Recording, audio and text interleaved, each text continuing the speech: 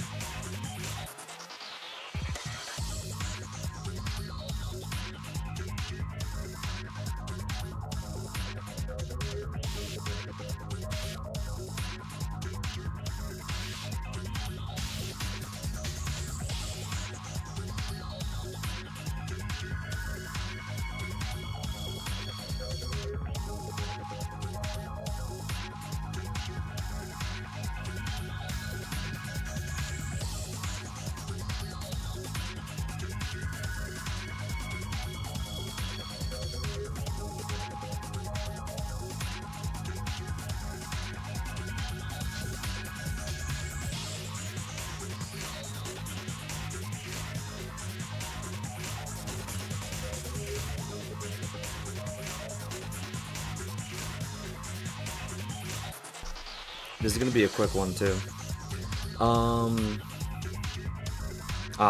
Sorry about that.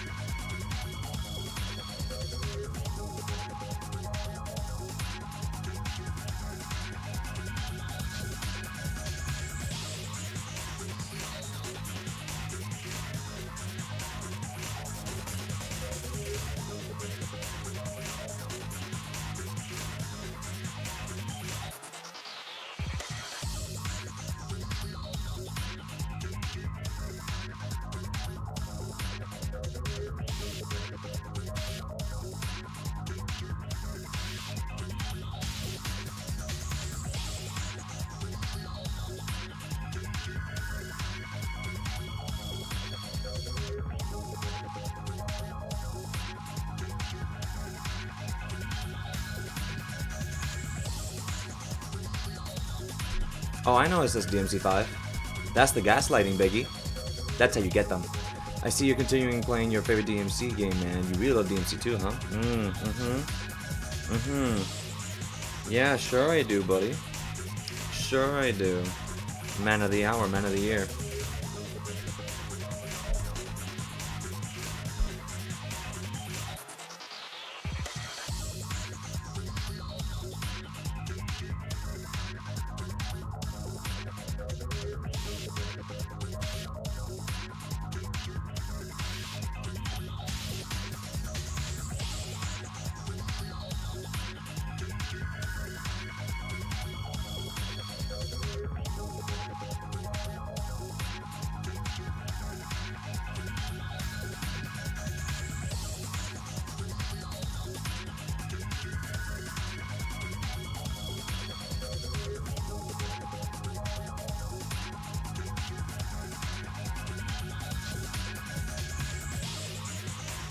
My evening's been good. I finished working out and I got to watch the Last of Us season 2 with my siblings. I'm honestly just like extremely tired, just like super tired. But we're gonna get things done. Today's gonna be great. Yes, we're playing DMC2, but it's gonna be funny. And I think I have a new way for us to essentially like chill. I may put up a video for the stream where my favorite YouTuber is talking about Ease, the series, and yeah, no, I might just put that up because I'm actually interested in like, listening what the hell he has to say about Ease. And it's not the entire, well, it's not the entire series, it's the first game, and it's multiple variations. So yeah, no, I would love to like actually put that up. Just want to say I finally beat DMC 2 today, and I was having a great time learning and playing DMC 3 with the speech style mode. Oh, you get to play DMC 3. How nice for you.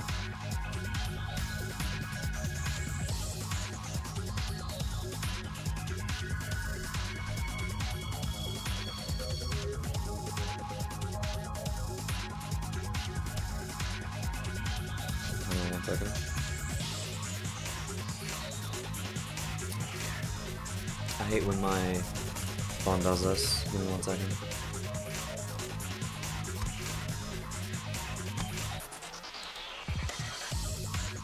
Freaking listen to this guy.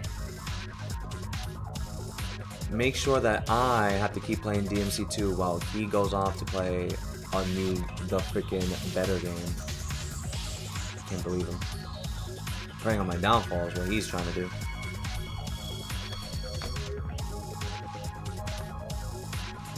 Okay.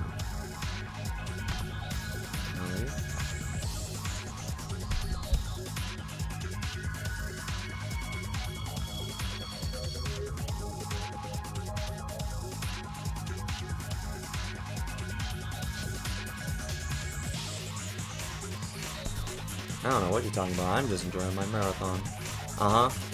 Okay. So nice. So lovely.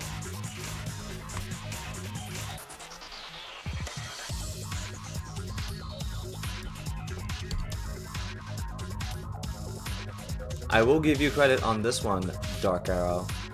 I do miss Devil May Cry, but I do not miss DMC 2.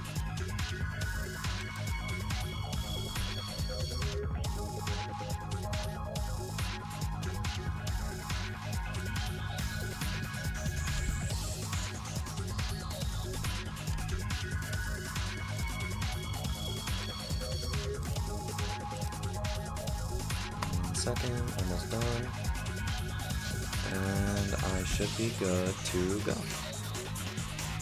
Okay.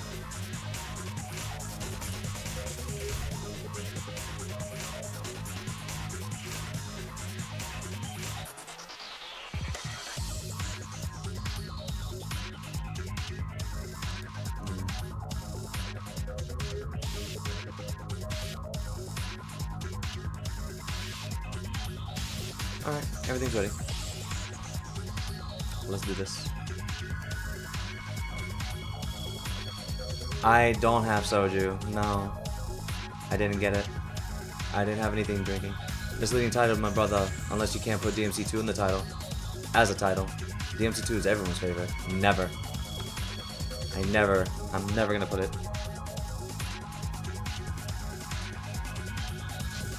I physically refuse to put DMC 2 in the title.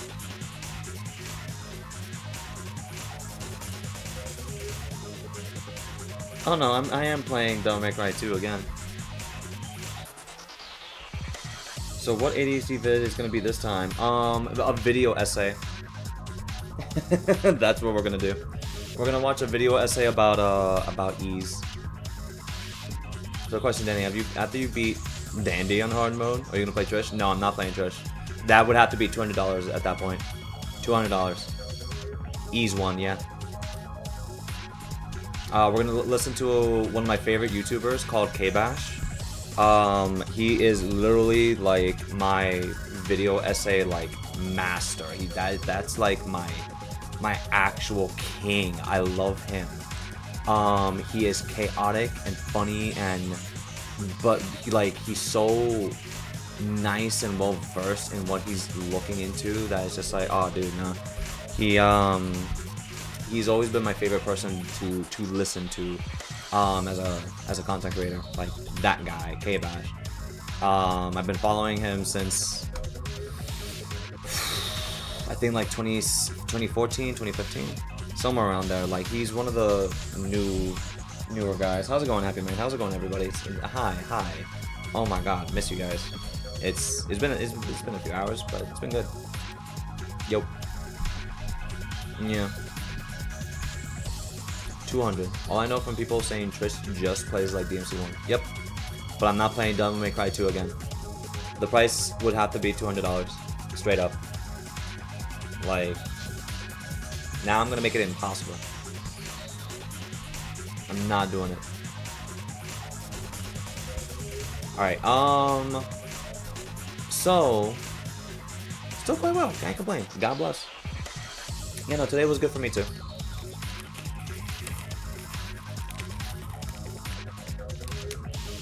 Tomorrow?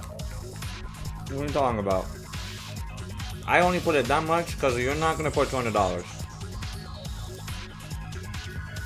You will not put $200.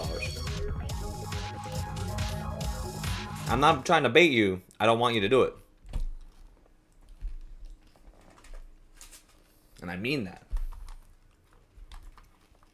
Is that a bet? Yeah, you're not gonna do it. You wouldn't dare. He would not dare. There's no way he would do it. Alright. So I'm gonna put up the video essay right now. Because I'm gonna be honest with you guys. I need something. I already need something to chill. So I have you guys on my laptop, so I can keep up to date with everybody in the chat. On both YouTube and Twitch this time. So I have like an entire station going on here. Just in case of anything. Chat, clip this. I want someone to clip this for Dandy's last word. There's no fucking way you're gonna do that. Shut the hell up. I will not believe you. And I'm not...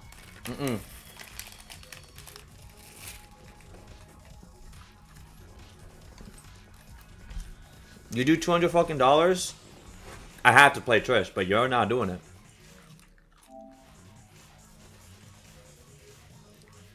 You already gave me $100, man. Exactly. Alright, guys.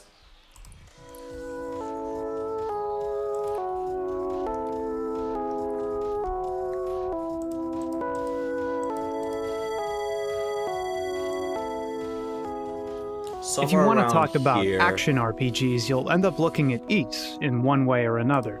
So why is it looking at me? Crunchy and dated as it seems, there are earlier examples of action RPGs, but it sprouted directly from that nascent lineage.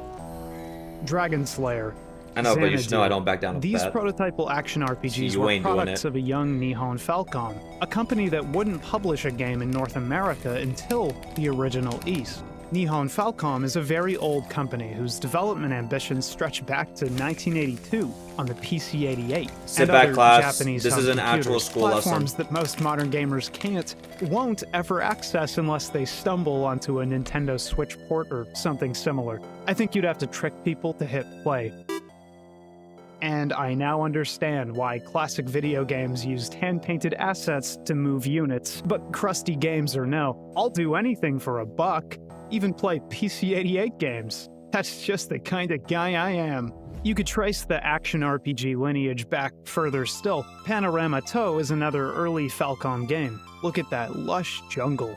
Things are happening here. It's a mishmash of gameplay objectives, but you have hit points, stamina, you equip gear and win gold from fallen foes. Dexterity, action is kind of relevant, which makes Dragon Slayer look futuristic by comparison. Finally, an RPG where you move and kill. Xanadu, Dragon Slayer's direct sequel, is foundational to the genre, and particularly to Ys. Despite being commercially confined to Japan, almost everybody who owned a PC-88 home computer played Xanadu, even if nobody could actually beat the thing. Falcom would hand out physical cards as a reward for those who managed to roll credits. Jesus, guys, offset that shit. Dragon Slayer and Xanadu both featured a fresh kind of action, prototypal bump combat, something Goddamn, this made me commonly focus even more attributed than to Subway Ys, Surfers. which Exactly. only really fleshed the concept out further. For those that don't know, K-Bash is like literally like my mentor. I study him on how to do video essays. He's the guy to do it. You see this video? It's 2 hours long. It's 2 hours fucking long. And it's like, I don't plan to ever do 2 hours long, but this guy would do it. And he would do it on multiple games. And he did it for BlazBlue, he did it for fighting games, and he's like exactly how I want to do my fighting game reviews, as like essays. And he's the core idea of like, I want to take this and incorporate it for fighting games specific. But he does this for everything else too, from RPGs, tactical RPGs, just a whole bunch of niche stuff. He did it for Nier as well. Like, he does his work. He studies and goes through meticulously on every information he can. And I love this guy. I love this fucking guy. K-Bash is one of like the best reviewers I have seen. Ys isn't complicated. You move, you run into people, they die. But the He's also very gradations funny. matter. You can bump a guy in a decidedly uncool way. You can run into a guy and die. Ys has spiritual ties to Frogger in that sense. If you move wrong, you'll end up like yesterday's roadkill. The question is, why should anyone care about Ys? A quick look back at the history of PC RPGs reveals a market that was quickly outpacing the consumer. That is, computer games were getting harder, more complicated, more fiddly, but the buyer base was I better expanding. have. Total You're not gonna newcomers do it. entered the market in record numbers, and you weren't going to hand them Xanadu. You want their money, not their blood. And so Ys 1, Ancient Ys Vanished, sometimes called Ys the Vanished Omens, or the Ancient Land of Ys, or even simply Ys, was developed with the concept of kindness in mind. Are you sure about that? In an interview from the very year of Ys's publication, series co-creator Masaya Hashimoto explains that kindness was a fresh direction for the team. Quote, "In our advertisements for Ys, we prominently featured the word kindness. That word signals that, as developers, we assumed the perspective of players, always asking ourselves how to make a game that would be more enjoyable." This is a 2-hour video on one game in its history of its creation.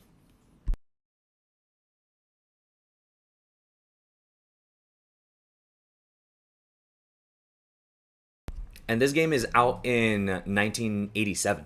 Oh, how I miss the more read time memes. Oh, of course. How's it going, anime? Whoa. I'm in a boss fight. From the player's perspective. Thinking from the player's perspective resonated with newcomers, and the game became immensely popular in a very short period, at least in Japan. It's worth noting that it's possible Ys may never have manifested if not for Running some in 14, development sweet. disobedience. Ys was originally intended to be a follow-up to Azteca 2, an adventure I can't game suffer by you any Falcom, longer but just for my Hashimoto entertainment. rigged up Good. a prototype that had Good. real-time scrolling up and down the screen that was built off the bones of Azteca 2. But by then, the concept had shifted so much that Kato had to eventually agree to release the game as Ys. After years of playing the same old AAA schlock, I find myself yearning for weird, interesting takes on the medium from time to time, whether that means friction or novelty, new reasons to stay invested. That means I tend to play harder, more confusing games, but there was a time when confusion was the norm, when games were so brutal and so demanding that something as simple as allowing the player to save anywhere was revolutionary. That shit cost $100 in Xanadu, so games didn't have to be primarily marketed to big-time sweats. Development for Ys took place over a searing 5-month period, and it's not necessarily the length of time that blows me away. You know, dev time inflation is kind of like Big Mac inflation, and that's just business. No, Ys is fascinating because it was developed in part with a number of very young employees of a very young Falcom. Tomoyoshi Miyazaki, who went on to write Terranigma and Planet Laika, among others, was a part-timer at the company, working through his college degree while writing the script for Ys. Yuzo Koshiro, who's credited for the bulk of the score, was only 19 years old. His sister, Ayano Koshiro, who handled manual illustrations, was just 17. Even the lead programmer, Hashimoto, was only 26. There's this vibe underpinning the creation of Ys: young, hopeful, vibrant, fresh ideas for a new generation, kind of piecemeal and figuring things out as it all unfolds. I think that's why Ys feels so charming, despite its incredibly primitive appearance. The dev staff is there in the pro tag, I'm just running listening headlong into the future and to the never video. stopping. I'm literally looking at a video essay about Ys and Falcom. How's it going? Yeah, no, like I do know the the funny meme background ADHD videos are good. It's just that like I do this is what it looks like on when I'm playing video games and I don't have anything going on and I'm just playing something, even if it's like grinding or RPG. Like this, I either have him in the background or Maximilian Dude or like Kadikarus or like plenty of YouTubers that I listen to. When it comes to like video essays or news, like I usually just have them in the background and take in either like lessons from games or I look at how they make their videos and then just try to internalize everything. How are you? Doing good. I worked out. I also watched The Last of Us season 2, the first episode with my siblings, and yeah, no, it was a good day. It was a chill day. My mom was making me food, and yeah, just vibed all day. I'm sore. I'm extremely sore, but doing really good.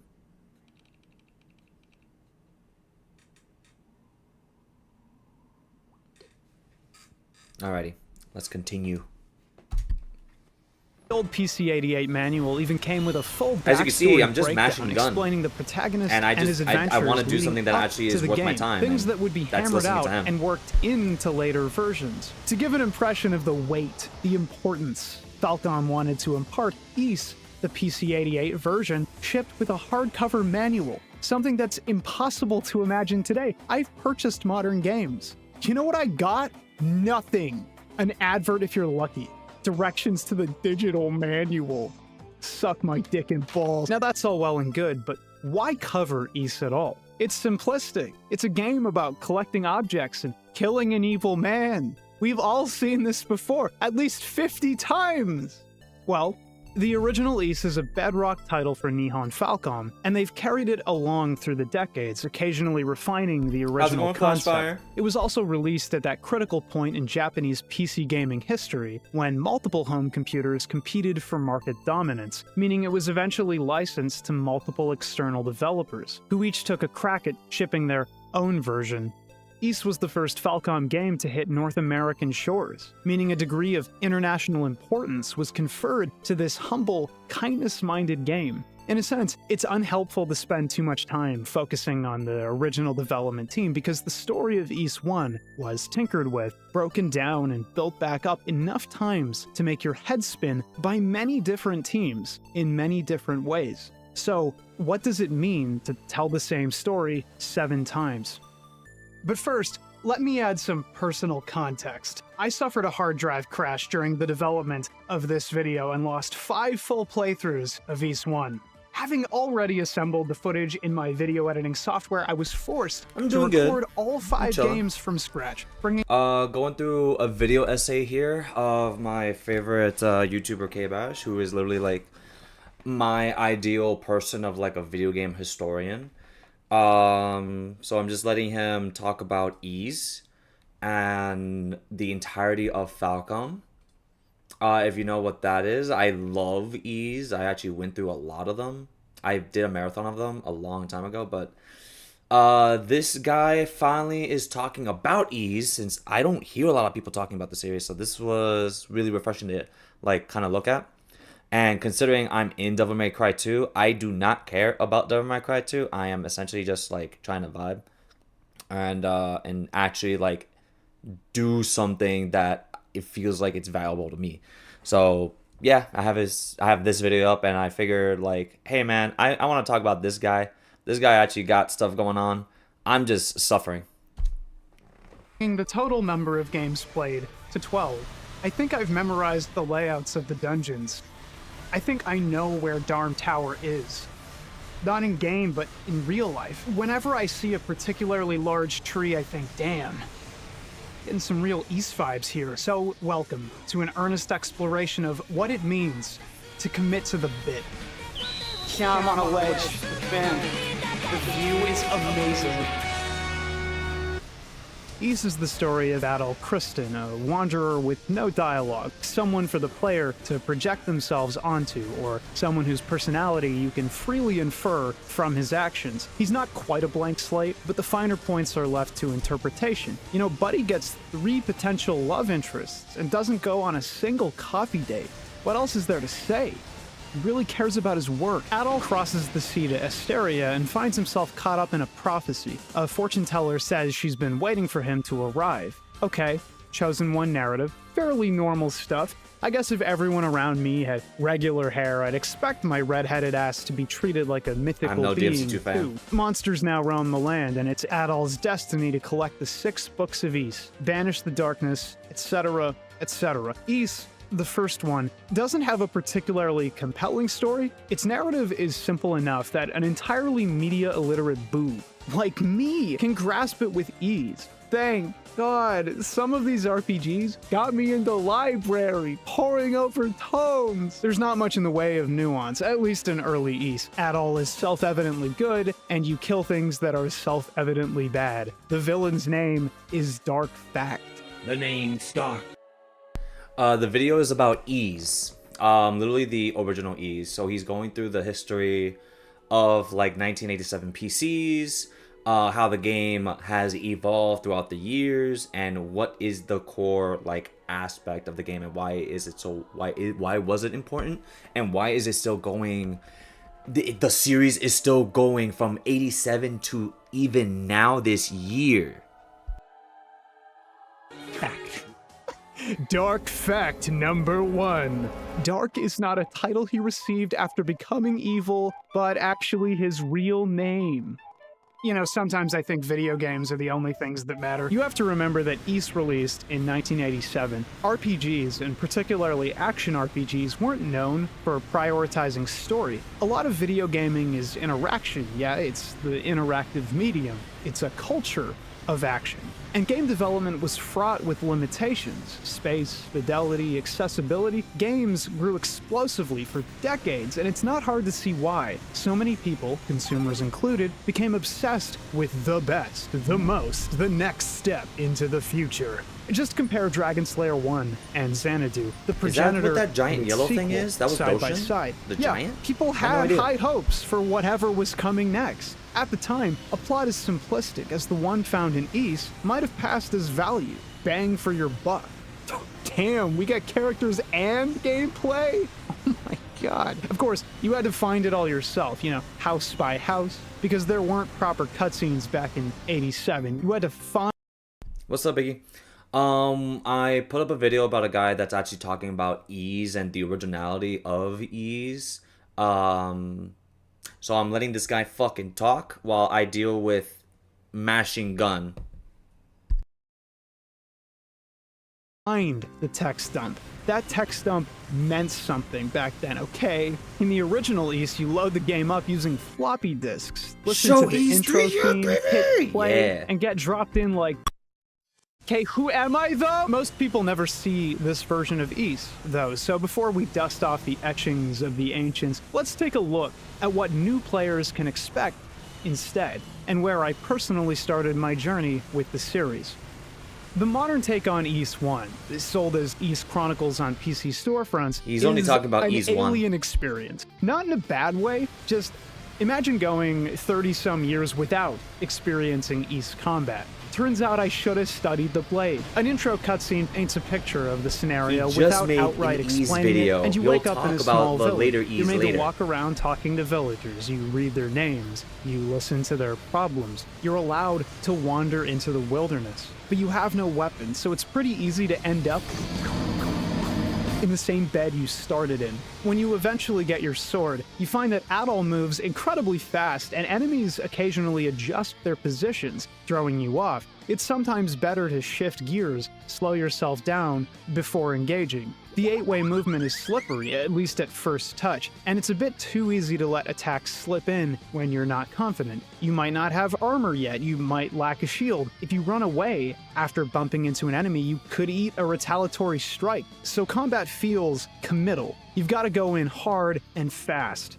Oh, I always knew that it'd come in handy one day. You have to know what you're doing, and I didn't. Ys Chronicles was my first experience with the franchise, and it did surprisingly well at putting me in my place for the first 20 minutes. I heard you were supposed to run into enemies, like, slightly from the side, but I wasn't instantly successful without a weapon, and I thought bump combat was maybe more complicated than I'd heard. But the truth is, Ys is as much RPG as it is action, and that was the misunderstanding. Bump combat is a long-standing concept that's been implemented in different ways in different games, but the reason I struggled on my first Ys outing is simple. I suck at it. I didn't account for the history at play. Ys Chronicles is simultaneously designed as though the player has played and has never played an Ys game. Let me explain. You're given an introductory zone that's meant to contextualize the quest, lend some importance to the denizens of Asteria, establish Adol and his relationship with the place he's saving from a rising tide of evil. But the combat is a much more liquid version of the thing first established all those decades prior. You can bump an enemy from 1, 2, 3, and many more pixels away, but not in the old days. In the original version,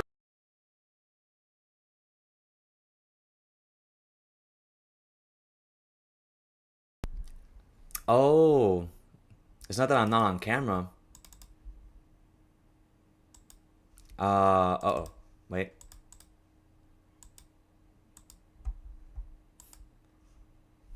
Let me take off the wire then. It just glitched or something. 1 second. Let me see right here. Okay. Now let's fix this. There we go. Now I'm on camera. Thank you. I didn't realize it was off. I thought it was a regular thing. Anyways, whoopa. Version of Ys, you knew whether you cleanly struck an enemy because you could only stand so many units of measurement askew from their center point at any point. You'd run at an enemy, adjust by 1 unit of measurement, and kill them clean. Movements were predictable, most enemies were slow. The game wasn't just simple, it was designed with visual clarity in mind. Modern Ys believes the player implicitly understands bump combat. On top of Ys's bizarre armor shield level calculations, its inner workings, and asks them to throw themselves fully into danger. While there's some value in that tension, this take on Ys and its mechanics is a symptom of modern hands directing a very old experience. It's just not as good at onboarding as older versions. The very first boss I ever fought in Ys was brutal. I couldn't damage the guy, just chipped away at his enormous health bar. I kept getting roasted by flame jets that persistently refused to give me a window of opportunity. I thought Ys was maybe, secretly, a hardcore action game, the kind of game where you take 50 cracks at any given boss. So I left, did a little grinding outside the shrine, bought some new equipment, leveled up at least twice, and...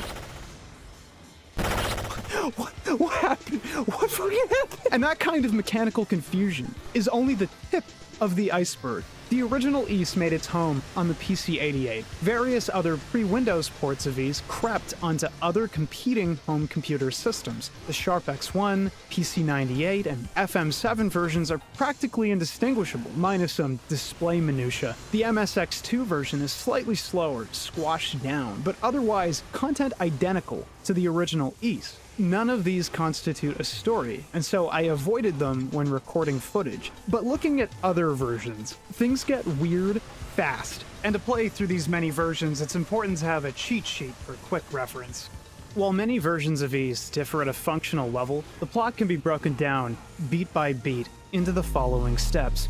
Walk around the introductory town and surrounding area, buy a shield, sword, and armor any way you can. Speak to the fortune teller who will give you a crystal. Journey through the plains up and east to Zepik village. Speak to the mayor and agree to find the town's missing silver bells. Speak to Old Lady Jebba for the key to the first dungeon. Head north through the mountain path and ask the thieves about the bells. Enter the first dungeon and kill the first boss. Fight through the dungeon, find the prison key, and free a young woman named Fina. Continue dungeon crawling and kill the second boss. Collect one Book of Ys. I actually did not know that Ys has a freaking anime. To the starting town, It looks the fortune really sick. teller is missing. Collect the second Book of Ys. Head to the abandoned mine and find the Rhoda seed and the silver harmonica. Return to town. There is something about old RPGs, man. It has that charm, dude. It's why I liked Ys a lot. I played through the origins of Ys, the PSP version, and the remakes. Then I continued playing more of the Ys from Ys 4, 5, and 6, and 7.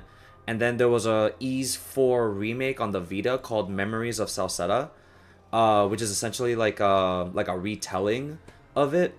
It's really, really cool. And then Ys as a series just kept like going and adding new things and mixing up so many ideas and has such a good storytelling. My favorite old RPG is Skates of Skeldal. Now that I have no idea what that's about, but Ys does not end. Ys just won't end, bro. This is like decades old, bro, and it has that it's the thing that it didn't start RPGs, but it was one of the games that like was very popular back then, and I've always like admired just like its tenacity to just keep going. So tried and true, and they reuse the same beginning plot points. Yeah, it's just that good old fashioned RPGs for 30 plus years. Like, and wait, they haven't kept the same voice actor. You say, what's going on? The new Shin Megami Tensei looks good. I wish it was Shin Megami Tensei. I would be having fun and not looking at a video essay about Ys. Down and give the harmonica to Rhea. Bring the Rhoda seed to one of the Rhoda trees and receive the silver sword. Fight through the rest of the mine, find the darn This key, is my fun. and kill the boss to receive the third Book of Ys. Return This to right Zepik here, having and a video have in the Jebba background? translate the Books of Ys Sorry, you did for it to yourself. Ask the I thieves did. for permission to enter Darm Tower. Pray to your But impotent god. I'm okay. It's not the end of the Climb world. the tower, get captured, lose your equipment, get freed by Dogi, acquire the idol, and give it to the old man for a necklace that will let you climb further. Fight 2 more bosses for 2 Books of Ys. Break a pillar with a hammer to purify a life-draining hallway. Rescue Rhea to obtain the monocle. Double back to Luda Gemma to receive the blue amulet. Climb, fight 1 more boss, and then fight Dark Fact. Read the books with the monocle, roll credits. This progression core is important to memorize for any Ys scholar because some versions of the game have no English translation, and a solid grasp of the core experience will carry you through regardless. Ys is not an overly difficult game, but it's easy to get caught up in the moment and skip a beat. You're not given any kind of reminder text, you're not following a marker or breadcrumb trail. The game tells you once and you go. Thankfully, Ys is very short, and with any given run capping out at maybe 6 hours tops. You can finish Ys, the Sega Saturn version, and some others in the time it takes to watch this video. Can we make that a speedrun category? Beat Ys 1 before K-Baz shuts the hell up? Yes, that includes the credits scroll, but for bonus points finish it before, so it's rare the player gets seriously lost. Or at least, you'd think so. The real trick is, not every version of Ys agrees on this list of events.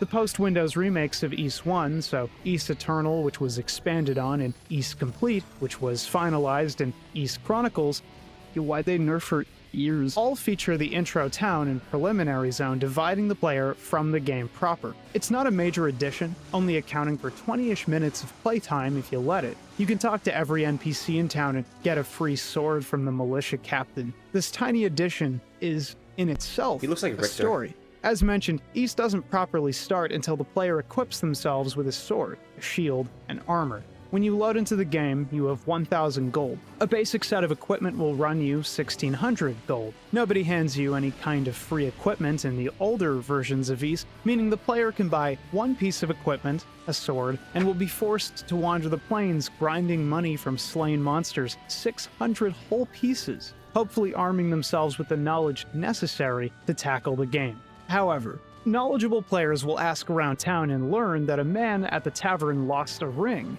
If you buy the sapphire ring from the local shopkeep for 1,000 gold and hand it to the man, he'll give you 1,500 gold in return, meaning you can buy 2 pieces of equipment before ever setting foot on the field, and grind up a mere 100 gold instead, to deck yourself out and get the plot rolling. This takes about 10 minutes or less, played naturally. Getting a free sword from the militia captain in Ys Chronicles and going through the Sapphire Ring side quest, if you can call it a side quest, will get the player started with the Fortune Teller's quest, the first actual quest, faster than a total beginner might. Only that player needs to know the free sword is available at all for talking to every NPC, and that the Sapphire Ring is indeed the tavern guy's ring, and that such an investment is safe to make early, that they'll be rewarded for taking the plunge. Because old RPGs felt more like D&D than modern RPGs do, honestly. Yes, because back in 1987, that's where a lot of ideas from both Japan and America were able to do when it came to 1987 and RPGs as a whole. Like, that's D&D was like the basis. Like, that's where Final Fantasy got its inspiration from. That's where Dragon Quest got its inspiration from, and that's where like all the numbers started to matter and all that stuff, and the RNG was more digital than it was in the roll of a dice, which is why like a lot of RPGs nowadays still have that factor in, because of all the predecessors. Did Old Tales games did the same? Yes they did. There's always an inspiration, and it always comes back to D&D. It always comes back to D&D, because D&D is that first like fantasy, imaginative storytelling. Only modern games that did feel like D&D was actually Outer Worlds, really, or at least for me, old ass game. I know. It was to be fair, Baldur's Gate is literally the definitive edition of like what a D&D game session is, like through and through. But when you see like all these other games, like this is what we were given. You don't know. What if it's a totally different ring? That's because it's not the same like system with there's some tweaks. only one kind of ring. You equip rings in Ys. There's 4 of them. Why would someone make that assumption and gamble with their only money? If the player gets the free sword but doesn't bother with the ring, they can buy 1 piece of equipment with their 1,000 gold and be made to grind up a simple 100 gold from enemies. Only we had to... Isn't Baldur's Gate just a D&D? Yes.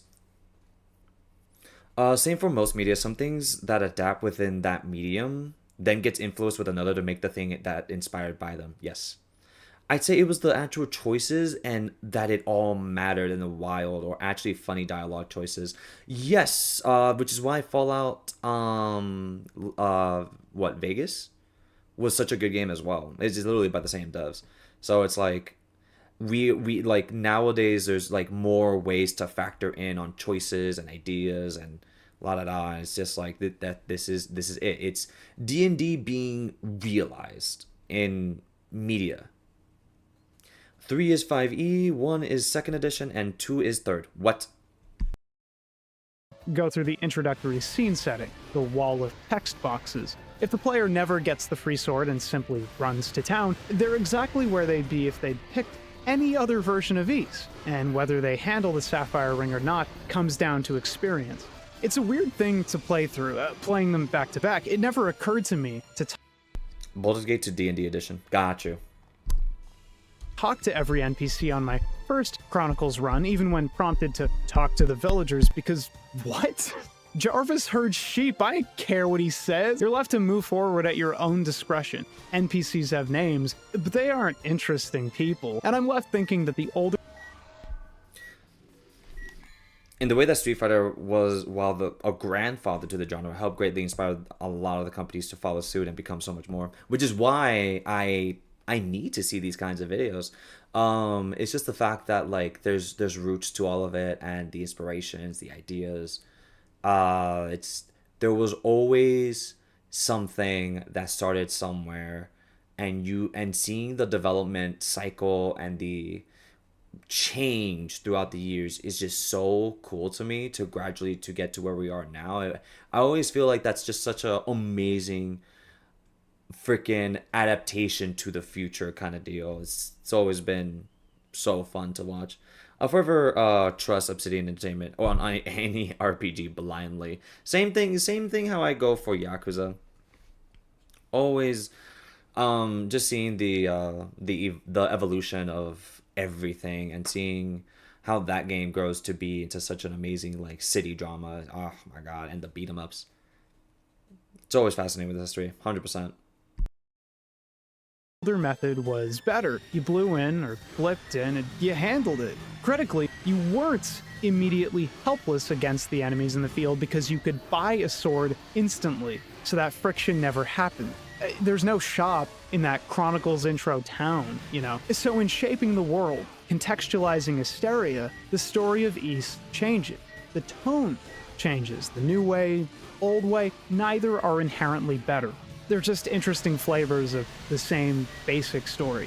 Also, for people in the know, you can haggle down the Sapphire Ring to 900 gold. In modern remakes specifically, return the ring and buy all 3 pieces of equipment in one big go. Speedrun viable. I love video games. Once you're equipped, you're let loose into the world. You're technically free from the outset. Nothing is stopping the player, in most of the games, from leaving whatever starting point and running all the way to the second dungeon, the Abandoned Mine, and dying instantly. Nothing is stopping the player from running off to Zepik Village and up the mountain path, though you'll need to deal with the main quest to actually enter the first dungeon.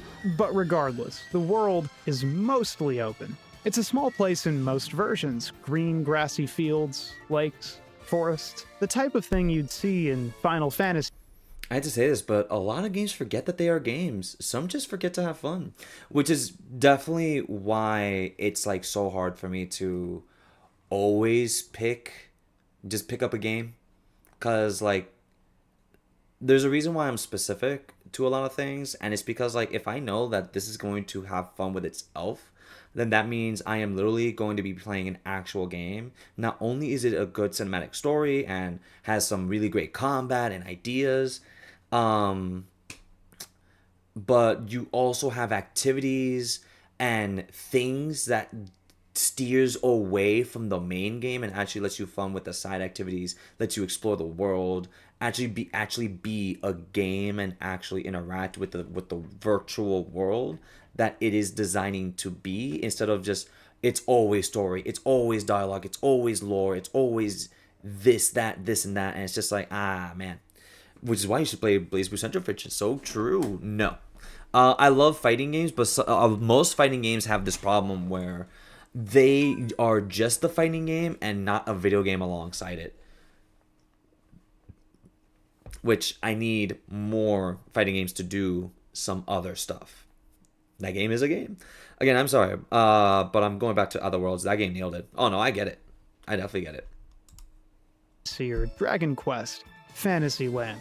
A few notable landmarks exist: the towns, the mine, and a pair of very large trees. Otherwise, the magic of Ys is lower key to start, and mostly wrapped up in the wood elementals and other monsters roaming the plains. It's unremarkable in most versions, function over form, but for something so paint by numbers, it's been cast in so many different molds. The original was pretty quick to jog through. It's one of Ys's strengths. Players never had to worry about backtracking. Not really, because you're very rarely put in a position you can't escape from. The game isn't terribly large. You never have to stop. You choose whether to engage any given enemy. You run as fast or faster than most of them. They're not homing missiles in every version. And keying into the idea of kindness, Ys lets Adol's HP regenerate over time, as long as the player is standing still. Something seen in Hydlide before, sure, but few games of the era otherwise. It's preeminently playable. Always exciting, because you can pause whenever you need, you can heal off the damage while taking a deep breath, taking the garbage out, and jump back into the action in seconds. This kind of gameplay framework, coupled with the uplifting field music and bright visuals, makes for a smooth, forward-flowing, and even triumphant experience you want to keep playing. You don't need to 100 times because you're there. Let's go! I make videos about video games for a living, and I do it pretty consistently too. Sometimes my hand hurts. I mash a lot of buttons. I use my mouse more than any responsible person. I swap between an ergonomic mouse and a regular mouse to shake up what I'm doing to my body. I fix a lot of tiny problems with my audio and do a lot of gritty detail stuff while editing. Sometimes my hand hurts, and I did it to myself. You know why I like Ys? You don't need to constantly engage your right hand to play. Yeah, most of the time you can freehand it. That's a blessing. That is kindness-minded design. Hashimoto, I kneel. Modern versions are even more carefree. 8-way movement lets you dodge anything unless you're confined, and increased disk space lets the developers expand the field. Suddenly you have room to maneuver. And it takes longer to backtrack, sure, but it's also sized appropriately for a continent-saving adventure. And Adol moves real fast. Sure, he doesn't have much for canon personality here, but he'd probably make a good addition to Burnout. The world and its simplistic construction, its bright palette, is narratively important to the game. That fiery shonen's running fast, and he's ready to jump the evil. So when you load into another version of Ys, you might be surprised by the changes. The Famicom version is a whole story in itself. The starting town, Minia, because of the nearby mine. Do you, have a condition? Is more intricate, decorated, and the colors are bright, but there's a persistent uncanniness to the game. Adol moves significantly slower. His health regenerates slower. Combat has less wiggle room. The game runs smooth, there's no choppy movement, but that actually makes it harder at times, especially with input delay, to correctly position yourself to kill cleanly. The screen transitions in an unsafe way. It isn't centered, so you're constantly in striking distance of newly drawn enemies. You level up to a cap of 24 instead of 10. The 8-bit music is slightly eerie. It's all the same tunes, but off, and it reflavors the experience just enough. Even with the blazing hues, there's an emphasis on harsh black that seeps into the visuals, makes them darker than you might expect, and it persists into various overworld and dungeon segments. Famicom Ys feels weird. It feels unnatural, and it's not bad by any means. I thought it made the game unsafe and kind of epic in a way I wasn't expecting. It keyed into the idea that darkness permeates the land, and its most fascinating change is the overworld. This version of the game was developed by Advanced Communication Company and published by Victor Musical Industries, neither of which had a hand in the original version. It was released in 1988, 1 year later, and the totally separate development staff had their own ideas about Ys. Suddenly, the overworld features statues that teleport the player to an entirely new area, which has no effect on moment-to-moment play, but you can wander off on a whim while scouring the field and find a big lake with no apparent purpose. However, when you return from the first dungeon, you'll find your progress gated. There's no way to enter the mine. So you find out, whether through trial and error or listening to NPC dialogue or a guide, that you need to find some kind of water spirit. So you head back through the teleporting statues and approach the lake. She pops out and asks you to find her staff, which she lost in town. You head back to town, dig around in the well, and return the staff. She'll hand you a flute as payment and tells you to use it on a group of trees. Okay. So you find some oddly placed trees, approach, and some invisible thing, a voice, maybe what was once supposed to be an NPC of some kind. It tells you that it can help you. The staff is recharged, which you did not hand back to the water guardian, I guess, and approaching the lake, blocking off the mine, will evaporate the water, finally letting you pass. Famicom Ys is weird. You know, none of that happens in other versions of E. You just go. You just go to the mine. The changes reek of external input, trying to tweak something that wasn't broken, right? Complicate it for the sake of the quest. Adol can't just wander off to the mine and find a bunch of items in advance. No, he's got to talk to the spirit and wander around. He needs to enlist the help of the supernatural. That's just good questing. Maybe it was a push to increase the game's length. Maybe it was meant to make Adol's adventure more recognizably epic. Maybe it was meant to, in some small way, evoke Zelda.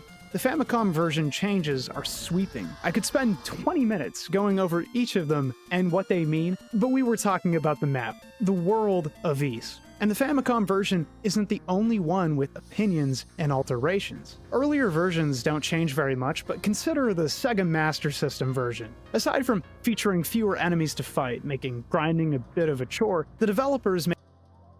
Is it sounding kind of similar to Gates of Skeleton, actually? I mean, a lot of games were kind of alike back then, not gonna lie to you. Like, you could really say that this is close to Final Fantasy and to how, like, a lot of RPGs were.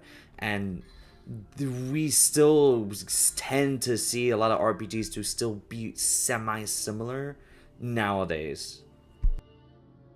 Made the inexplicable decision to alter the dungeon layouts, but not in any significant way. While these layouts are basically identical in most versions of the game, the Master System version often mirrored them, left to right or up to down.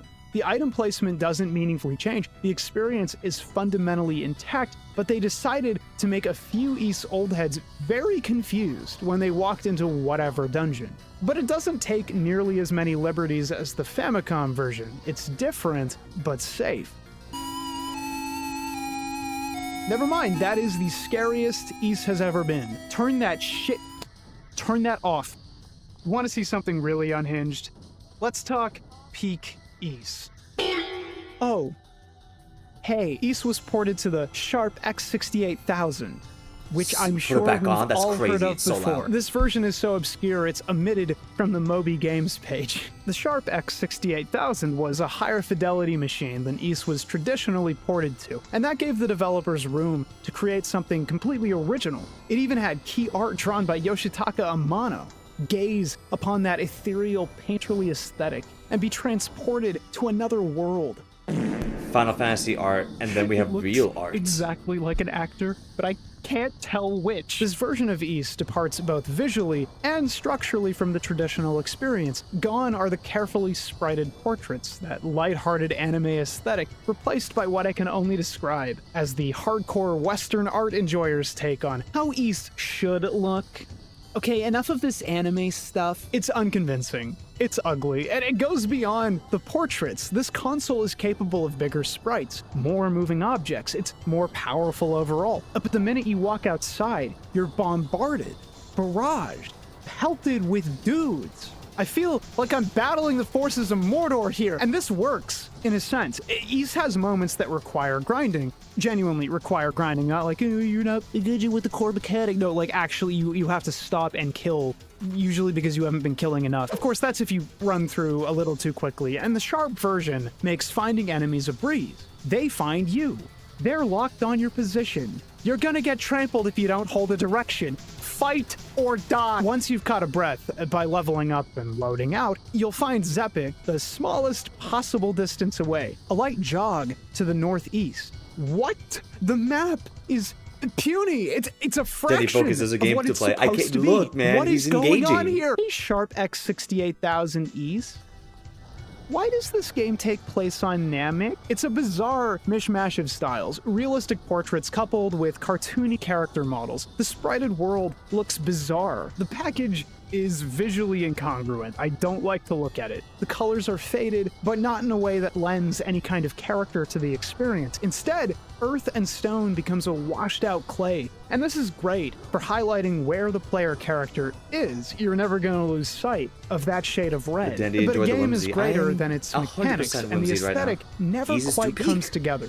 Most of the outdoor areas are cropped versions of themselves. You waltz up the mountain path expecting some normalcy, but no. It's a short left and right walkway. Man, the Famicom version had all these weird additions, a series of trapeze-like chains connecting to the Thieves' Lair. This is the barest possible minimum. You don't even need to navigate a single dungeon floor to fight the first boss. Just open the door and...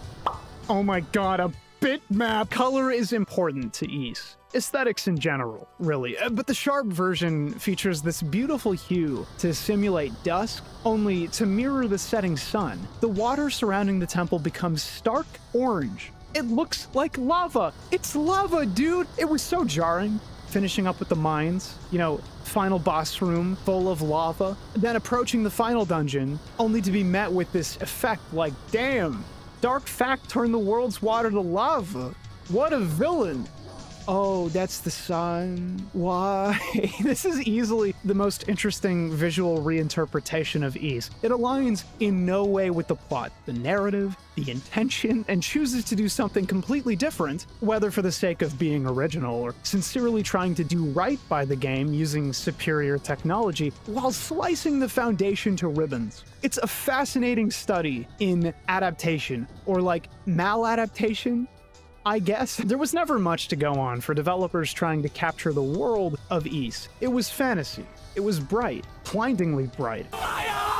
But it's not hard to recreate Fantasyland, so people did. That said, video games are about more than the explicit visuals. They're also about what the other elements at play, the style, the palette. What is this game? Does anybody know what this game is? What is this? This looks amazing. I have no idea what this game is. But I'm already liking the art style. Like, yeah, it's like painted, but it's unique. What the hell? And the music, the aesthetic core lends to the gameplay core, how these elements create a narrative in conjunction with the play. The Sharp version makes the quest feel frantic and rushed and even unkind. NPCs rarely smile, they present more grim than pleasant. This version doesn't even feel like Ys, doesn't tap into its core proposition of kindness, except that some of the bosses are easier. And by the way, muted palettes aren't some kind of artistic betrayal. Early Ys is bright, sure, but plenty of Ys ports do very little with the overworld, only changing the palette and stylizing the basic pieces that make up the traditional layout. Ys on the Sega Saturn, which was packaged in the Falcom Classics collection and constitutes the first proper Falcom remake of Ys, maintains the core of the experience with no fundamental alterations. The environments are more or less the same, the dungeon layouts are faithful, the progression is entirely recognizable, but it's been painted over, recast in these forlorn, pastoral tones. It's a game about a single hero picking up a sword and saving the world. A human fighter with no special abilities yet, and the visuals change to reflect that narrative reality. It's grounded, it's familiar despite being such a far cry from the original version. Modern Ys remakes take this general approach as well, but with the lightest touch of something ethereal, misty areas and heightened drama, heightened magic, where it's called for anyway, because Ys is a fantasy game, and it should have something suggesting it beyond the monster. I'm straight up easy out right now.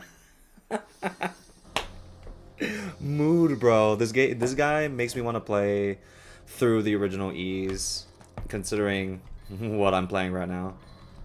Like, I would rather play the original Ys and have a good time there. Like, they're not please don't. I love them. Hey, what's up, Titan?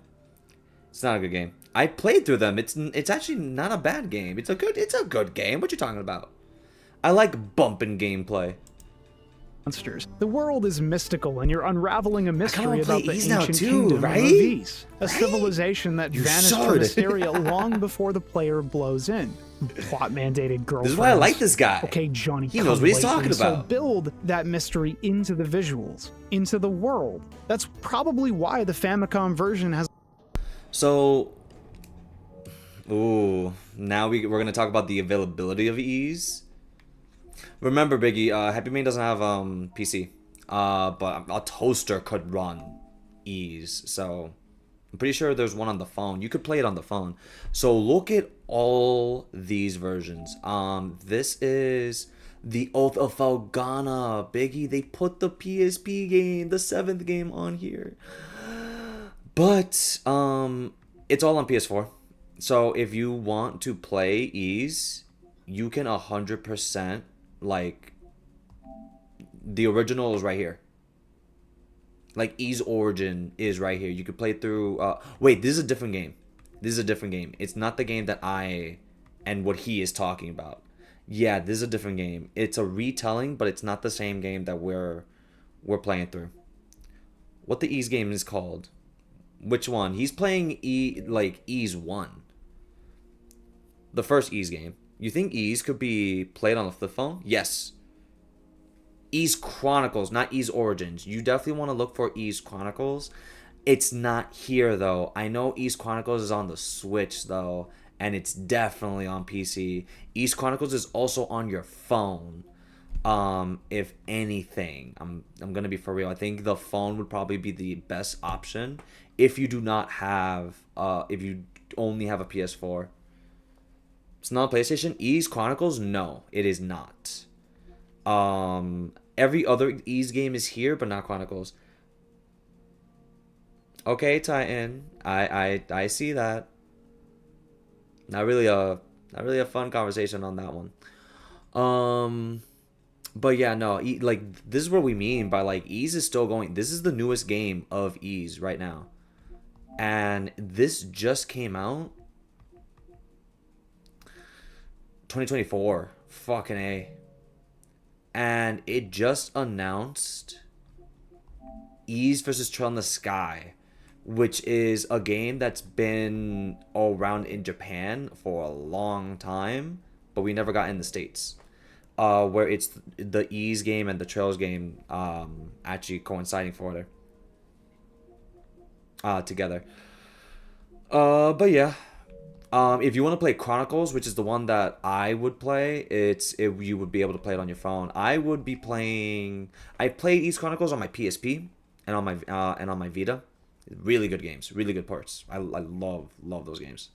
As a water guardian and teleportation statues, the original Ease isn't all that mystical. There's a couple big trees, which, when approached with a seed, might spit out a sword. Doesn't quite hit the same as pulling a legendary blade from a stone, you know? The best you'll find in most versions is a golden vase, which spawns in different spots in different games, but always in the lake. There's no real indication the vase is there, and it sells for a high enough price to buy something nice early on, and even this puny dab of color in a fairly flat world. Remember, it doesn't Ease appear Chronicles in every game. Is what you're looking it's for. Notably absent from the Famicom version. Ease Chronicles it's always is two the games. Famicom version. This is all to say together. that Ease was liquid. Other people tried to interpret it in their own myriad ways, but nobody really nailed any kind of unique prevailing identity. Ease is what you imagine it is. Ease is whatever you played through. When you break down Ease into places you spend the most time in, instead of, every individual plot point, East is really a series of 3 dungeons and some setting on the side. The field may take up a lot of space, in most versions anyway, but it isn't the bulk of the game. The shrine, the mine, and Darm Tower are functionally Ease. That and all the killing you get up to along the way. They're not incredibly intricate, at least the first 2, and you can blaze on through with a little mechanical knowledge, though you probably want to meticulously scour every floor. If you don't, you might miss treasure chests, and frankly, you need everything you can find. In most versions of Ease, the first dungeon involves a series of light challenges that illustrate the experimental early nature of the game. The things established here are the kinds of dungeon challenges we see years later in other games. You walk into the dungeon, some chests are locked and others aren't. You're gonna need to come back. You find a key partway through that opens every chest. You find another key in a chest that allows you to free Fina from a cell. Dragon Quest also had the player rescue a young woman from a dungeon and physically carry her home, but that was 86. She was handed to the player for killing a boss. In East, you had to find her in the world, independent of boss monsters, and open her cell. It's not much, but it's an attempt at grounding the player and the characters in the setting. In post-Windows remakes of East, Chronicles, etc., the devs recognized how bizarre it is that you let this jailed woman leave on her own in a monster-ridden world, and so you're asked to guide Fina out of the cell and escort her through the monster-filled dungeon. Why would the game give me an achievement for cornering Fina and making her uncomfortable? What did they mean by this? You have to act as a hero throughout the segment. The escort recontextualizes the gameplay of Ys from aggressive to defensive and lets you take a breath after going so hard for 30-40 minutes. These are the kinds of changes that alter the flow a bit, change up the pace, but realistically, the player needs to shop anyway and maybe talk to some NPCs, and now they've got an excuse that's more convincing than, "I just really wanted a better sword, man." I know this is small, but I want to highlight how the tiniest additions can add color, a spark to the experience. It's why characters have portraits, and even voice dialogue when the developer can spring for it, like the TurboGrafx version of Ys. Are you here to rescue me?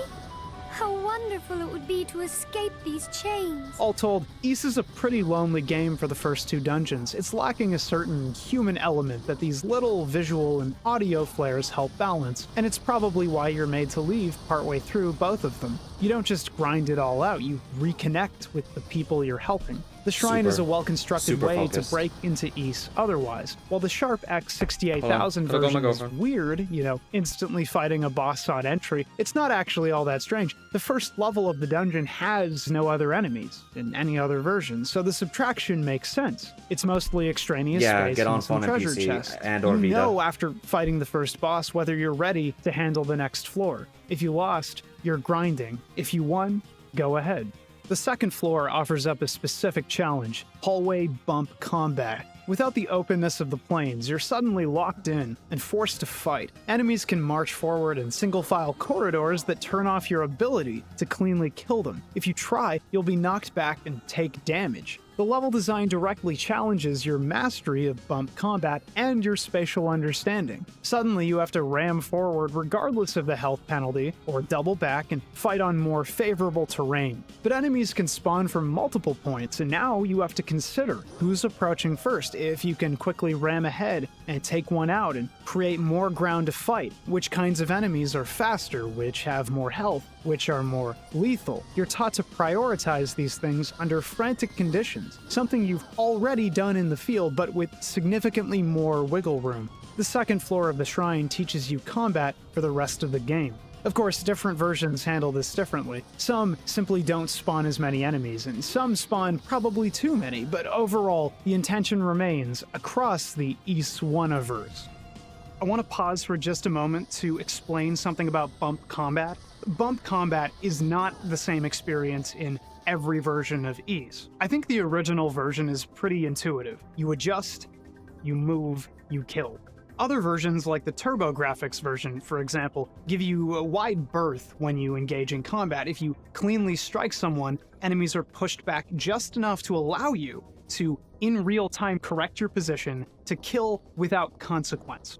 Some of the older versions don't really give the player enough breathing room to cleanly kill enemies. The Famicom version, notably, is harder to engage with immediately based on control limitations and how the game actually functions under the hood.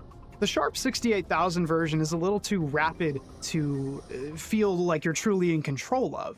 And versions of Ys from the Saturn to Chronicles, the most modern versions by Falcom specifically, have a level of mechanical liquidity to them that is not present in older versions. The 8-way movement cracks the entire paradigm wide open, allowing the player to make many more errors, but also allowing the player to do more things. Like, for example, in Chronicles, you can infinitely run an enemy into the wall, something you can't do in other games. Some of the versions are still really challenging in places, but allow you to, maybe unintentionally, walk sideways into a wall in perpetuity, which turns your character's hitbox on, so when enemies approach into you, they take damage and you're effectively impervious to any kind of crackback. Playing any individual version, you find ways to understand and abuse the unique mechanics present in that particular game. Even bosses, which tend to look functionally identical, play entirely differently. In the most modern versions of Ys, you simply bounce off of them like it's bumper cars, where in older versions you really have to particularly aim where you're hitting or you're taking a pile of damage for free, sometimes dealing none in return. I guess when it came time to make a modern version of Ys 1, they wanted to streamline the experience and make it intuitively understandable for anyone walking in. I just don't think they nailed it necessarily as well in every way as the older versions. Artifacts of old game design. One of those little artifacts of game design past is the Mask of Eyes, found in a chest in the shrine. It has no other function than revealing hidden doors, and at the cost of hiding all enemies until the mask is removed. You have to know where the secret doors are located to make this item painless. And for someone playing years ago, the mask might as well be a torture device. Of course, I played the game so many times I knew where the very few hidden doors were, so it was never a problem. But it got me to consult a walkthrough the first time anyway. It's why I like to avoid making hard declarations like, East 1 is easy. Maybe so, but it's got plenty of different kinds of challenge between having to intuit where the developers might choose to place a door, ramrodding through the levels to find them with the mask equipped, or outright quitting because you can't figure out how to advance and you have no regular guide access because you're some guy in 1987 and the internet is new. Mercifully, it only shows up again for a single door in the final dungeon. It's actually kind of fascinating for that, by the way. You'd figure they'd hide shit all over the place, but they don't, and acknowledge that the item sucks. It's a chore to bother with, and it only serves to dampen the game's forward momentum. While the shrine doesn't fundamentally change and doesn't offer any kind of stiff challenge outside of bosses, the Famicom version decided to tack on an ending room that fleshes out the dungeon a little better. You get this hallway lined with statues and powerful enemies. They're tough. The Famicom version is sharper and slower in general, and so it takes the opportunity to heighten the tension, and succeeds. It's a memorable room in a game that kind of passes you by, makes the shrine seem slightly more ancient, regal. Health regeneration is only available to the player outside, meaning you're stuck slogging it out, actively preserving hit points throughout any given dungeon, unless you find a health potion or feel like backtracking. Putting a room that directly threatens the player is both a tightening of the valve, but also honesty. The bosses of Ys, as illustrated by my first failed run, require the player to stock up on the best possible equipment and grind to a competitive level. Some bosses, especially in the early game, can be totally trivialized by taking the time to level up and buying stronger gear.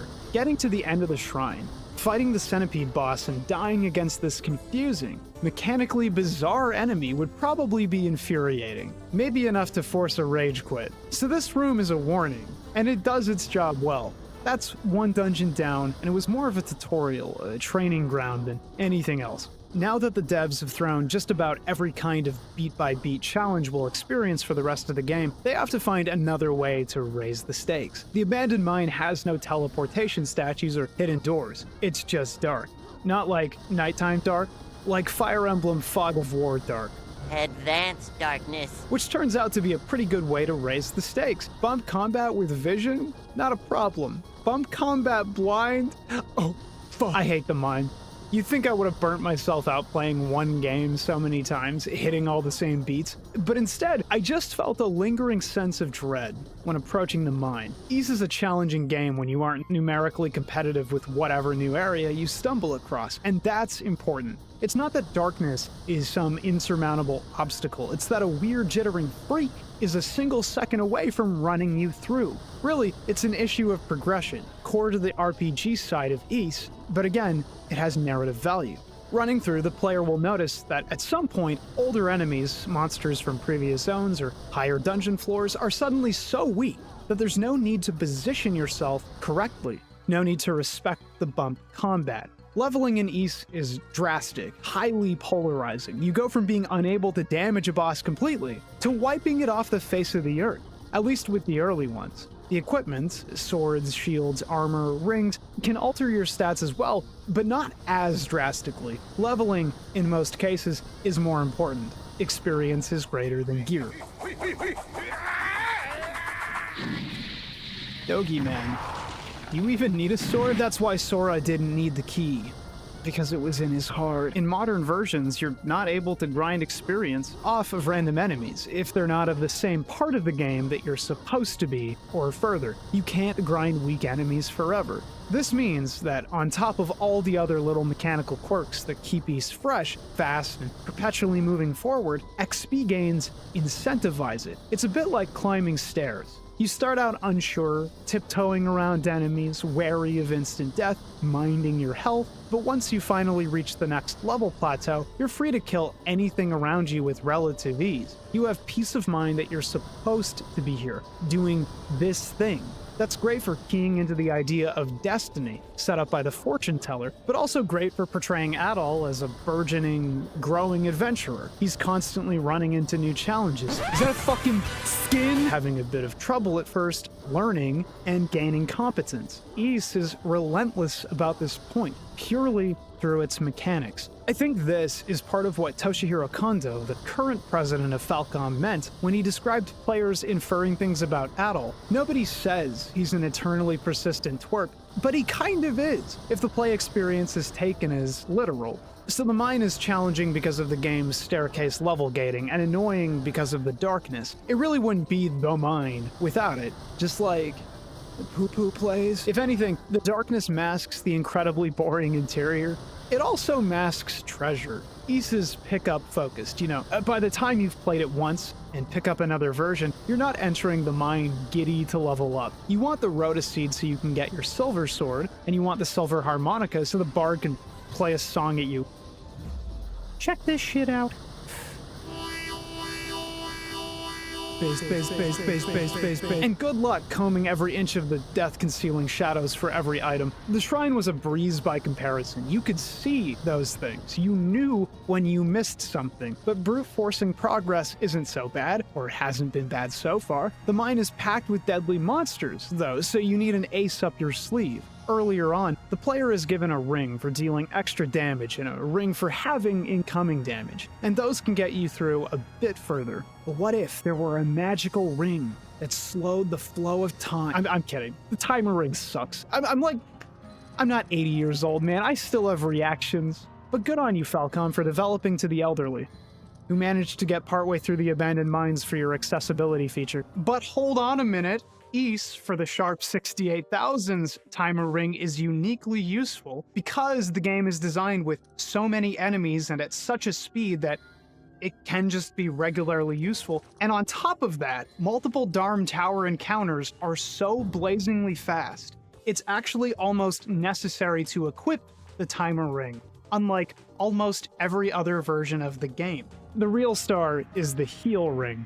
Ys scared the player into locking in by the second floor of the shrine. You can't just stand around and heal. It only works outside. So when you finally grab the heal ring and recover that ability to regenerate in dungeons, everything kind of clicks into place. You've been turned into a scrapper by the gameplay, by the level design itself.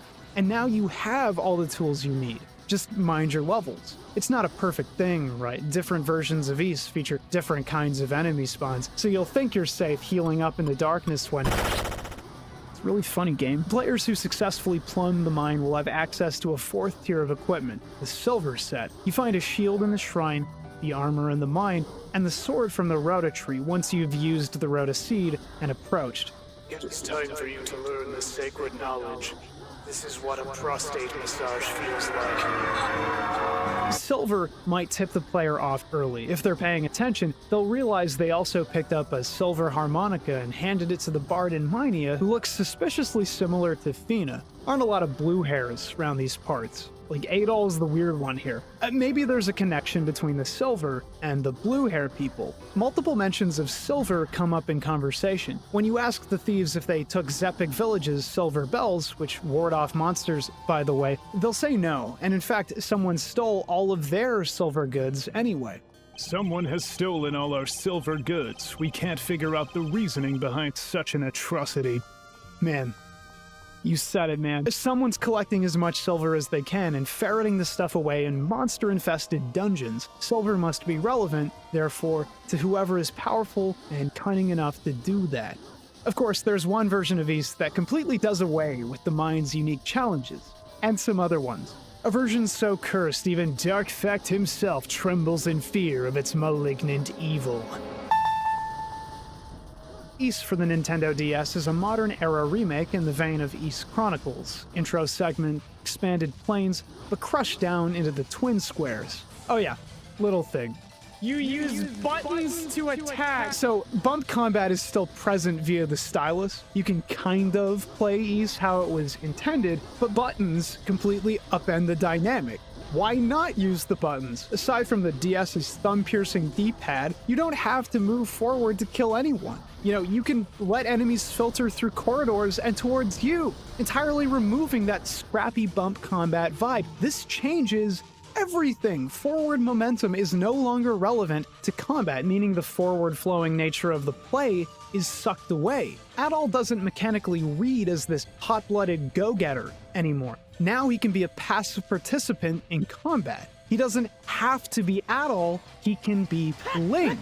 You no longer need to worry about positioning against bosses. No need for precision skimming or figuring things out spatially. Just wait for an opportunity and rack up the hits. The DS version of Ys, does not respect the core Ys concept. It's willing to cede what made the game unique and interesting for the sake of, presumably, making it even easier or expanding its total accessibility, its total appeal, and having a reason to actually use the face buttons. I'm not against accessibility or alternative control schemes, but when your cool new feature actively erodes the only reason anyone really wants to play old Ys in the first place, its entire mechanical identity, one that actually adds a layer of narrative weight to the experience, I can only politely call it wrong-headed. And it extends beyond the control scheme. The mine has minimal fog, so little it doesn't impact play.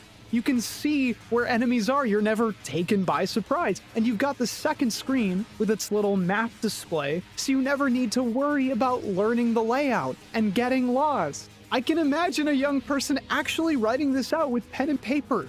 No longer. The modern remakes, Chronicles, etc., at least attempt to retain what Ys is. Don't peer down their nose at the thing and try to correct it. This is exactly what I'm talking about when I criticize modern hands handling old art. I don't like sneering and condescending like, clearly someone didn't understand the art of Ys. It's not a lot to understand. Ys is very simple, but it's also pretty self-evident what the value and challenge of the second dungeon is.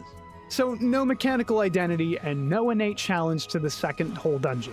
What are we doing here? Speaking of challenge and modern hands, the Famicom version is not the only version of Ys to tack on new segments. Ys does too. It adds a whole extra dungeon, a whole new tier of equipment that kind of gets jammed between the third tier and silver sets, so it doesn't matter hardly at all. And here's the kicker, okay? They made this labyrinthine hedge maze level with teleportation and switches. Okay, cool. It's like the shrine and the mine in a way, a big maze that you can easily get lost in, making up for its surprisingly small size. It's a bunch of free experience to soften the leveling curve between the shrine and the mine, and it's pretty. It's cute. Awesome.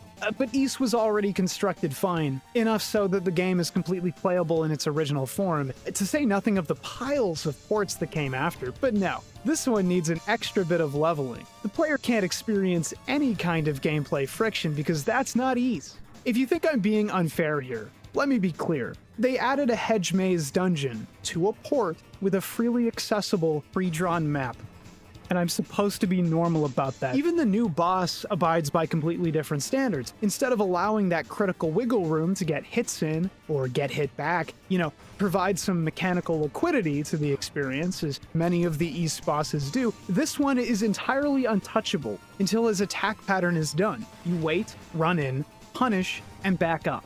It's close, but it's the exact kind of thing you expect from a version willing to crop out the confusion, the mystery. This is Ys, directed by someone who doesn't really have anything to say about Ys. After clearing the mine, collecting 3 books of Ys, and getting them translated by Jebba, we're free to enter Darm Tower, the final dungeon. Only this is weird. The game is 3 dungeons long, but I'm watching this Ys long play video, and it says entering Darm Tower is only the halfway point.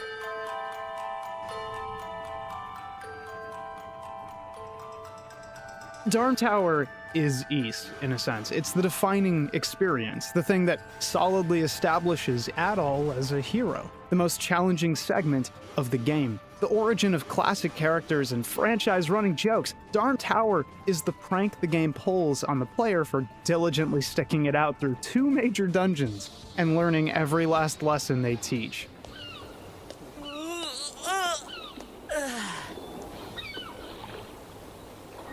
I don't know. I don't know at all. What do you think it is? Maybe it's like a mountain. Maybe it's a mountain at all. In most versions of Ys, Darm Tower is inescapable, as in, you can't leave the dungeon. You're locked in, surviving on whatever monster flesh at all can rustle up, turning feral and deranged as the days pass. In versions with the wing item, which can teleport the player to Minea, the head of the thieves will take it away from you before entry. Hey man, that's mine! And he tells you that using the wing would end with you splattered on the walls because of some kind of magic imbued in the tower. Reassuring. That really made me comfortable when you said that. Darm Tower is infamous for plenty of reasons, but the most mundane is basic traversal. The thing stretches 25 floors up, and that means a whole lot of dungeon crawling, a whole lot of fighting, and a whole lot of healing. Standing still, letting that inflated health bar tick back to normal. Ys already lightly traumatized the player and expects a little application of knowledge gained. Strap in, or it's the strap on. Of course, Darm Tower wouldn't be interesting as a straight gauntlet to the end goal. Oh no. Early on, you're barred from advancing by a magic seal that ends with you locked up in a dungeon and stripped of your silver equipment. They just take it. If you're on the DS version, no worries, that extra tier of equipment is fine to fall back on. But otherwise, you're stuck with your tier 3 gear, and that's early game stuff. It's wild. You're stuck in a cell with this guy Luda Gemma. That is, until... Dude! A peasant! You're freed by the Missing Thieves Guild guy alluded to previously. He hands you an idol to hand to an old man, but hey, there's no old man. Well, what the fuck? The Darm Tower is half the game thing is starting to make more sense. So we're tapping into our whole skill set, solving problems with previously relevant items and making connections. We're surviving without heals in dangerous rooms thanks to a ring. We're blazing up the tower floors with renewed purpose and vigor. Oh yeah, buddy, we're gaming. Most versions of the tower are functionally identical. You always fail to advance without an equipable necklace, and a guy always breaks you out of jail by demolishing the wall. Your name isn't Colin. Your name is Doggy. The events are always so similar, and yet Darm Tower is the penultimate Ys challenge, trumped only by Dark Fact. It's the longest and most persistent form of test presented to the player, so the many versions of Ys have different takes on the tower as well. Consider our good friend, the Famicom version. Here, you're free to enter and leave the tower at your leisure, unlike any other version. Even stranger, Famicom Ys's Darm Tower is one big, continuous climb with no regular balconies of any kind, a key aesthetic feature found in every other version of Ys. This means that while the player is free to leave, to heal up, to buy items, not that you want to, the player is also unable to recover mid-dungeon without the heal ring. And even then, they're made to take their chances with roving enemies or clearing a room first. It releases one pressure valve while tightening another, and that's interesting. It could be that the NES couldn't handle more assets, couldn't fit all the necessary balconies, couldn't make room for the long shaft of Darm Tower, or the development schedule couldn't account for a more traditional layout. Either way, Famicom Ys is a true original in the lineup of versions, going so far as to remove key aesthetic markers of its source material. It's like Mickey Mouse without the buttons. What the fuck is that? Otherwise, Darm Tower is usually handled in a very specific way. There's some big think brain design going on here, okay? You can't often progress to a new chunk unless you have the right item. The evil ring for the annex, the necklace for floor 6 and up, the rod for the mirror maze, cueing you into the off-route annex in the first place. Chests mostly appear exactly where they're supposed to, rooms retain the same gimmicks. You know, you have to walk through and immediately back through the same teleporting mirror to advance in the mirror maze, and when you've got it memorized, the entire segment ceases to be a challenge. Monsters still burst through the wall at this one point, and version after version, man, you don't even have to fight them. You can just let them run amok, pass anyway, grab the flame sword, and leave. They're not even worth experience at this point. In most versions of the game, the player could very well hit level cap before the end of the abandoned mine, because the boss of that dungeon is really hard, and the game allows you to grind that much. It's one of the great mysteries of Ys, and likely why they often package the games together now as Ys 1 and 2, why it's more common to experience the titles back-to-back in one big run. Ys's progression feels like a bit of an afterthought, a product of its incredibly brisk 5-month dev cycle. There's no real reason for the player's level to max out where it does, limiting your HP to 255 and massively disincentivizing all potential combat in the final dungeon of the game. You know, the final half, sometimes final third, of the game. Imagine a Final Fantasy game where you can freely ignore the final dungeon's enemies and run all the way to the end Sorry, boss. I was talking Imagine to a my Mana girlfriend. game where you flee from miss her so every much. fight before the final Hold on, encounter I have to because make sure- you don't really feel like it. That's what Ys feels like before or partway through Darm Tower. That's what most versions of Ys encourage, purely by the numbers. I'm It's playing DMC2. kind of I'm literally unhinged. playing it right The now. Do you versions guys that not bridge see the first two DMC2? Ys games attempts to fix Am I this blind? by increasing the level cap, and so progression fundamentally alters. It creates more I've literally that was been really playing easy, DMC2. and The problem wow, is, like, that I'm was puzzling insanely hard platform. moments than you'd expect, because the original version and its numbers were handled how they were, Hold on. and that core structure can't retroactively anticipate future changes without a Are we just total gonna watch the statistical video, overhaul. When I instead of say playing the game? Ys is If you want, basically you can easy, switch the I screen mean, and take a break it for can today. be I'm playing if you're the DMC2. right I'm not level tired. for where you need to be, and you have to have the right like, equipment, legit because otherwise, Ys can be pretty brutally hard. I'm legit like not tired. I always have the endurance to play the game. It's just that at most points, in my natural habitat, I would need something in the background to actually like be able to play. Because like ADHD brain goes wild, bro.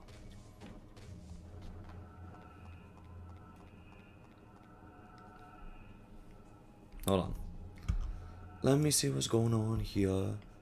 That's why I was double checking. The game is still here. The game is still being played. And the way it's designed, you'd think Ys were more of a boss rush game than an action RPG, you know, because the I was not bosses aware are the that there was only a real DS fights after a version point of this. that you must engage with. Boss enemies are an entire rabbit hole. But if you're this far along, you either need the largest volume of esoteric knowledge beamed directly into your skull, or like, you don't have a lot going on today? Good for you. Sorry, Adol. Did I wake you up? What do you think? So, as we know, early boss enemies can be trivialized by simply out-leveling and out-equipping them. There's no need to learn the first boss fight, only a need for a thick stack of cash. And it's payday, motherfucker. This problem mostly disappears by the I have end to of the go mine. back or The something? vampire boss might as well be a darn tower boss. You need full silver equipment and a good level to meaningfully tip Found the it. scales. Otherwise, he just rips through your health pool. After this fight, the rest of the game mostly assumes you're combat viable. Yes, there's an additional tier of equipment above silver, but it doesn't warp the experience over much, just makes a handful of the bosses more immediately survivable. Because yeah, like in most versions, you can't gain any more levels after a point, meaning the Darm Tower boss battles are the closest thing to intentionally balanced encounters in Ys. So, how does Ys handle boss design?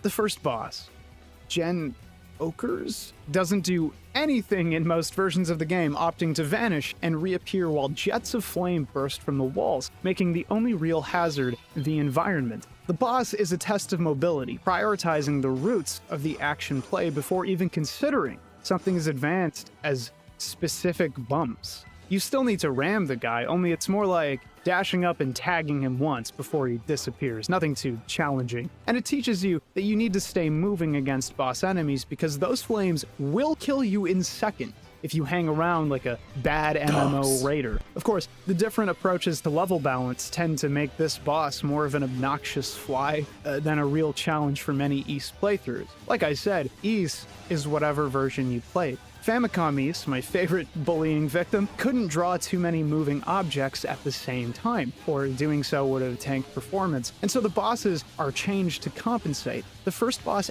actually bothers to attack you. That's amazing! While all the other versions are taking a vacation, darting through flames and jerking off, poor NES Janokers is earning his dark fact paycheck and shooting his own damn fireballs. It captures the spirit of the fight. You still need to stay highly mobile to keep up with the guy as he phases in and out and keep a healthy distance from the fire, but you're much more in control, something that's often entirely thrown out the window for this fight. The Chronicles version is just untouchable for seconds until they turn into minutes, unless you're overpowering the guy. It's like it wants me to break it over my knee. You enjoying this badass music while waiting for the light to turn green? I didn't think they could make a traffic stop into a boss fight, but here we are. The second boss ramps up the challenge. By this point, the player's nabbed the silver shield from a chest in the shrine and probably feels pretty good about themselves. Wow, I didn't even bother with that third tier of shield, and I got bumped all the way to the fourth.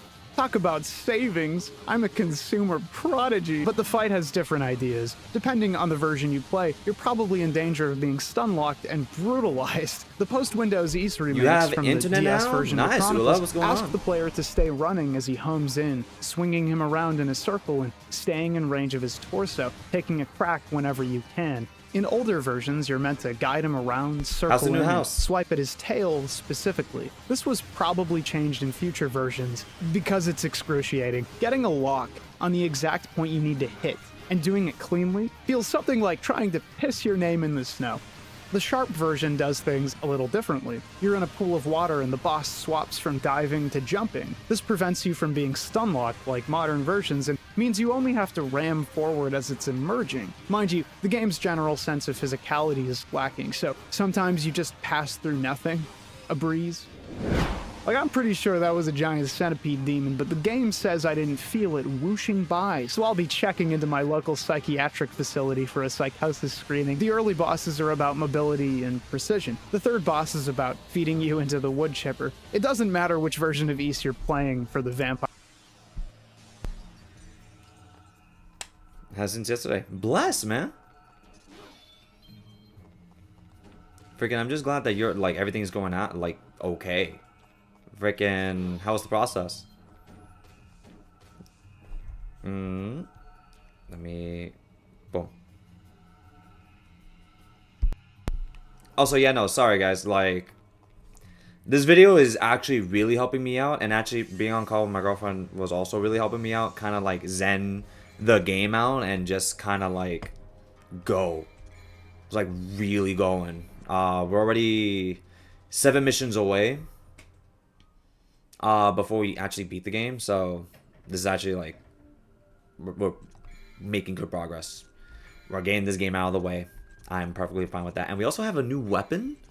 Somehow I missed that. Funny. Nice. Also, I've been all with a new hyperfixation. What's that? Oops, wrong button.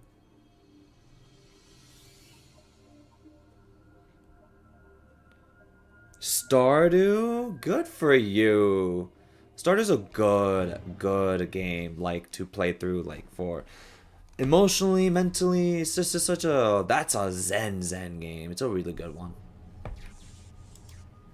Fire demon. He disappears. He summons a flurry of bats you're made to lead perfectly around the arena, and you either take too much damage or you eventually win. He manifests for a very short time, meaning you need to strike. You don't know who the date? Well, I don't normally play those kinds of games. God, I love Stardew Valley. I am not good at life games. If I'm gonna be, like, for real on that. Like, I'm not the kind of person that, like, knows how to enjoy myself in those kinds of games. I know how to enjoy myself in stories. I know how to enjoy myself in, like, in adventures with activities. I just don't really like farming. I just think that's tedious. I don't really like I like talking to NPCs and all that, but it's all fluff to me, so it doesn't really work for me. I only played Stardew Valley a little when I was on the game trial on Switch. It makes sense. Okay, what am I supposed to do? That? You've got to be kidding me. I've been literally just, like, hating this game. There, it's down. And now I have to shoot that guy?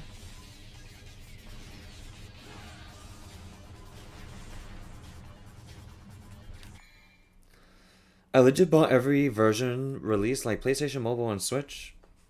Well, Stardew's relationship are small stories in a lot of themselves. Oh, okay.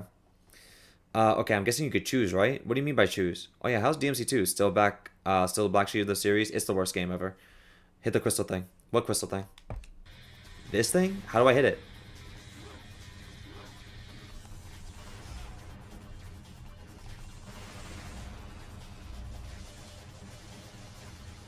There's Dark Arrow. There's no fucking way, dude. How am I supposed to hit this thing? Helmbreaker? What's on this? This guy? How?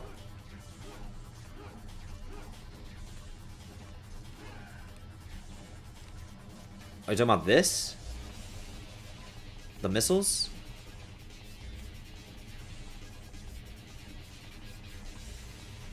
I can see, as you can see, it's very ineffective. Jump and attack. Like this?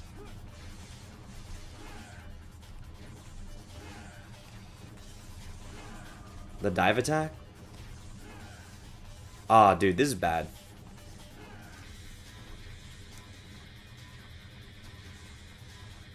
Yeah, he was talking about Stardew. Yo, what the hell is this camera angle? Bad. Bad. Like, we want to talk about bad games? This is it, man.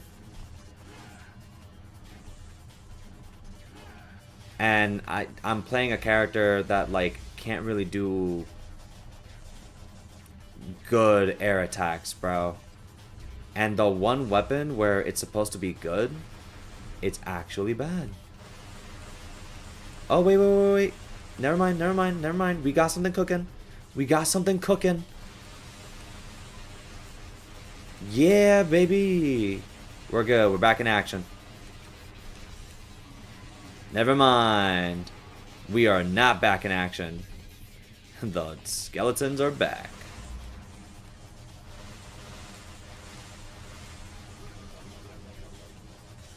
Dude, what the...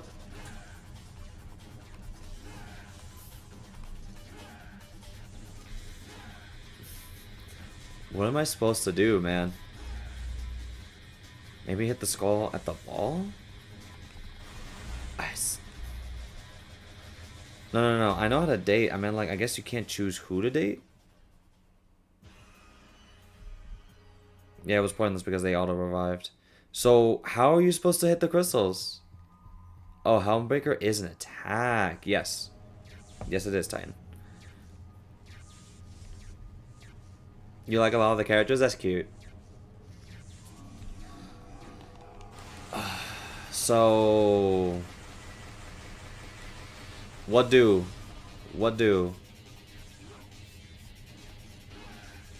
Oh, nah, that's stupid still. That's stupid still, dude. I don't understand how you can keep hitting that at a... You have to hit the perfect angle. So I did Helmbreaker, but I'm using the same move, but as you could see, it's not going to be consistent at all. This is awful game design, bro. I just beat the game 2 days ago. Good for you, buddy. I didn't. This doesn't work either. Oh my god. This is... Oh my god. Okay, got another one. Got another one. Yep, that's how that feels. Time to rock the walkthrough? Nope, this is how you do it. I think, maybe. I don't know. Maybe it is time.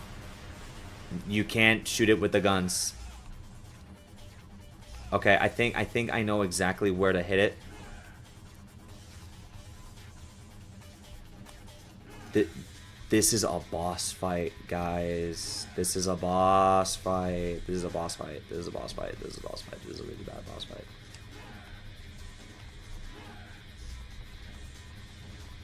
Dark Arrow paid $60 for me to do this. This is it. This is what I gotta do. This is what I'm left with. A moving ball that won't stop fucking changing the gravity of the situation. And I have to, like, hold on. Okay, I hit one. There's the other one. And there's number freaking thrilling gameplay. Yeah. Still don't regret it. It's awful. I would rather watch The Room. I love The Room. There I go. God, my girl is and always be forever Maru. Who?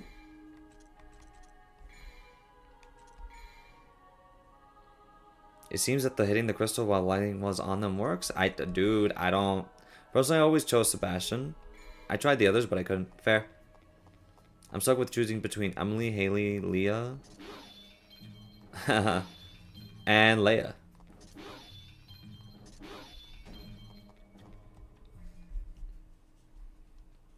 Why put Leia twice? Because you like Leia. The Room's a movie. Right, fast no, I know. and accurately, sometimes only getting a couple hits in. And you're immediately punished because he bursts into his bat swarm in a blink, shredding through your hit points if you go running around. Often it's best to stay put. You can't recover HP mid-battle, by the way, unless you came pre-packing a healing potion. There is no worse feeling in East than this. And all while the guitars are screaming. Oh, hell yeah, dude. Awesome. So Ys is intentional about keying the player into the action framework. It's why I called it something like a boss rush game. More importance is placed on these fights as the game goes on, and you don't get anything for free. You know, you can pause the game in DMC and Ninja Gaiden right before taking lethal damage and pop back up to full health with a consumable. That can't happen here. You cannot suck. And tapping directly into that boss rush vibe, most of the bosses are holed up in Darm Tower, 2 in the shrine, 1 in the mine, and 4, counting the final boss, in the final dungeon. Makes sense from a length perspective, but the interesting... It's a golem. It's a big old golem.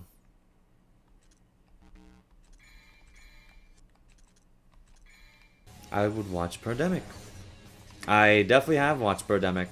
And that was funny. There's a sequel.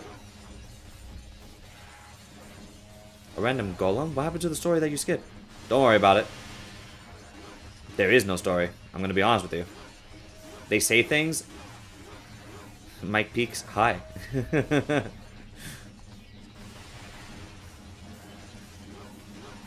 They like, dude, things just happened in the game, and there's really no explanation for it. I'm gonna be honest with you. Like, that's actually like how the game is designed to just go. There's never an explanation for like any of the things that's happening. So if the game barely wants to pay attention, then I'm gonna barely pay attention either. Was this combat? Wasn't it more smooth than the first game? Yes, I agree.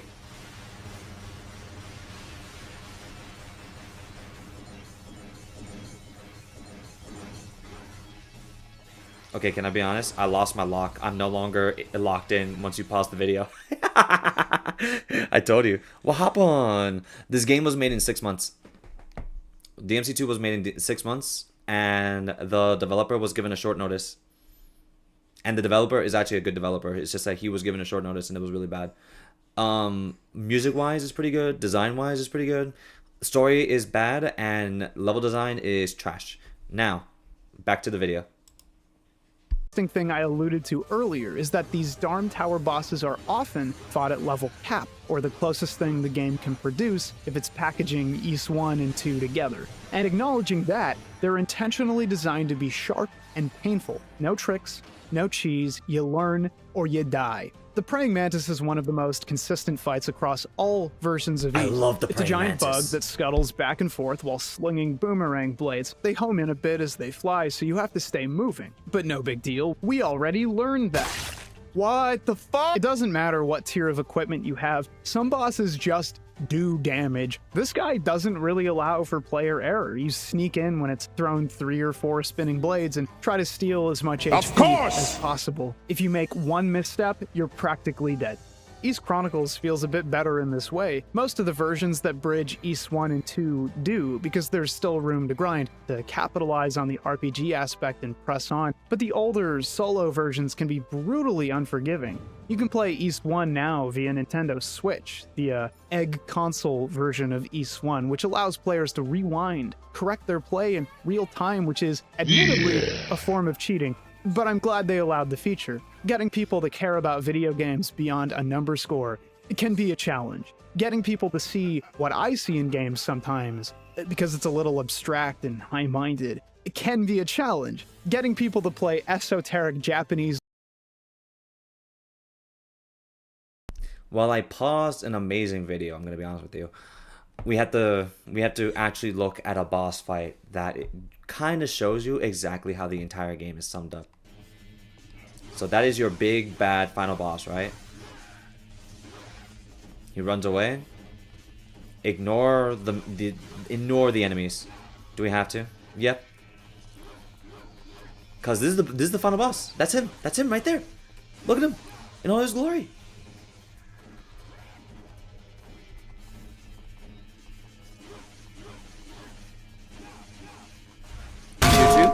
He shoots you.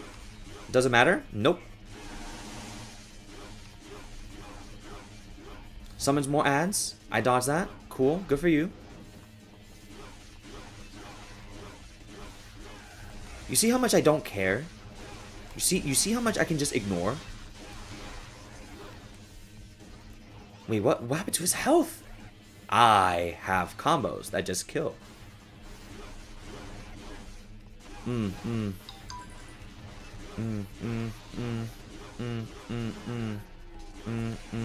And then my demon form. Hell you. Come here. I'm coming. GG's. Language-only video games from the PC-88 era when it has multiple remasters and remakes already? Almost impossible. These are the kinds of accessibility features I value because while they can sort of degrade the totality of the experience, they also make history approachable when it's so often too much for any one person. Now, the rock boss. What do you even say? This guy spits rocks in a circle pattern, which you'd think would incentivize the player to somehow stay ahead of the rocks and stay actively attacking him in a circle pattern. Hard mode, by the way. The sharp version does this best because you have such a free range of movement, and he doesn't shoot many rocks. But it's not always that simple. You can't touch anything but its outer edges in most versions, or else you take rapidly piling damage, meaning you have to lightly skim the thing while it's pelting you with boulders. Shit is highly uncool, my dude. So most versions of the fight devolve into weird, frantic anxiety scramble.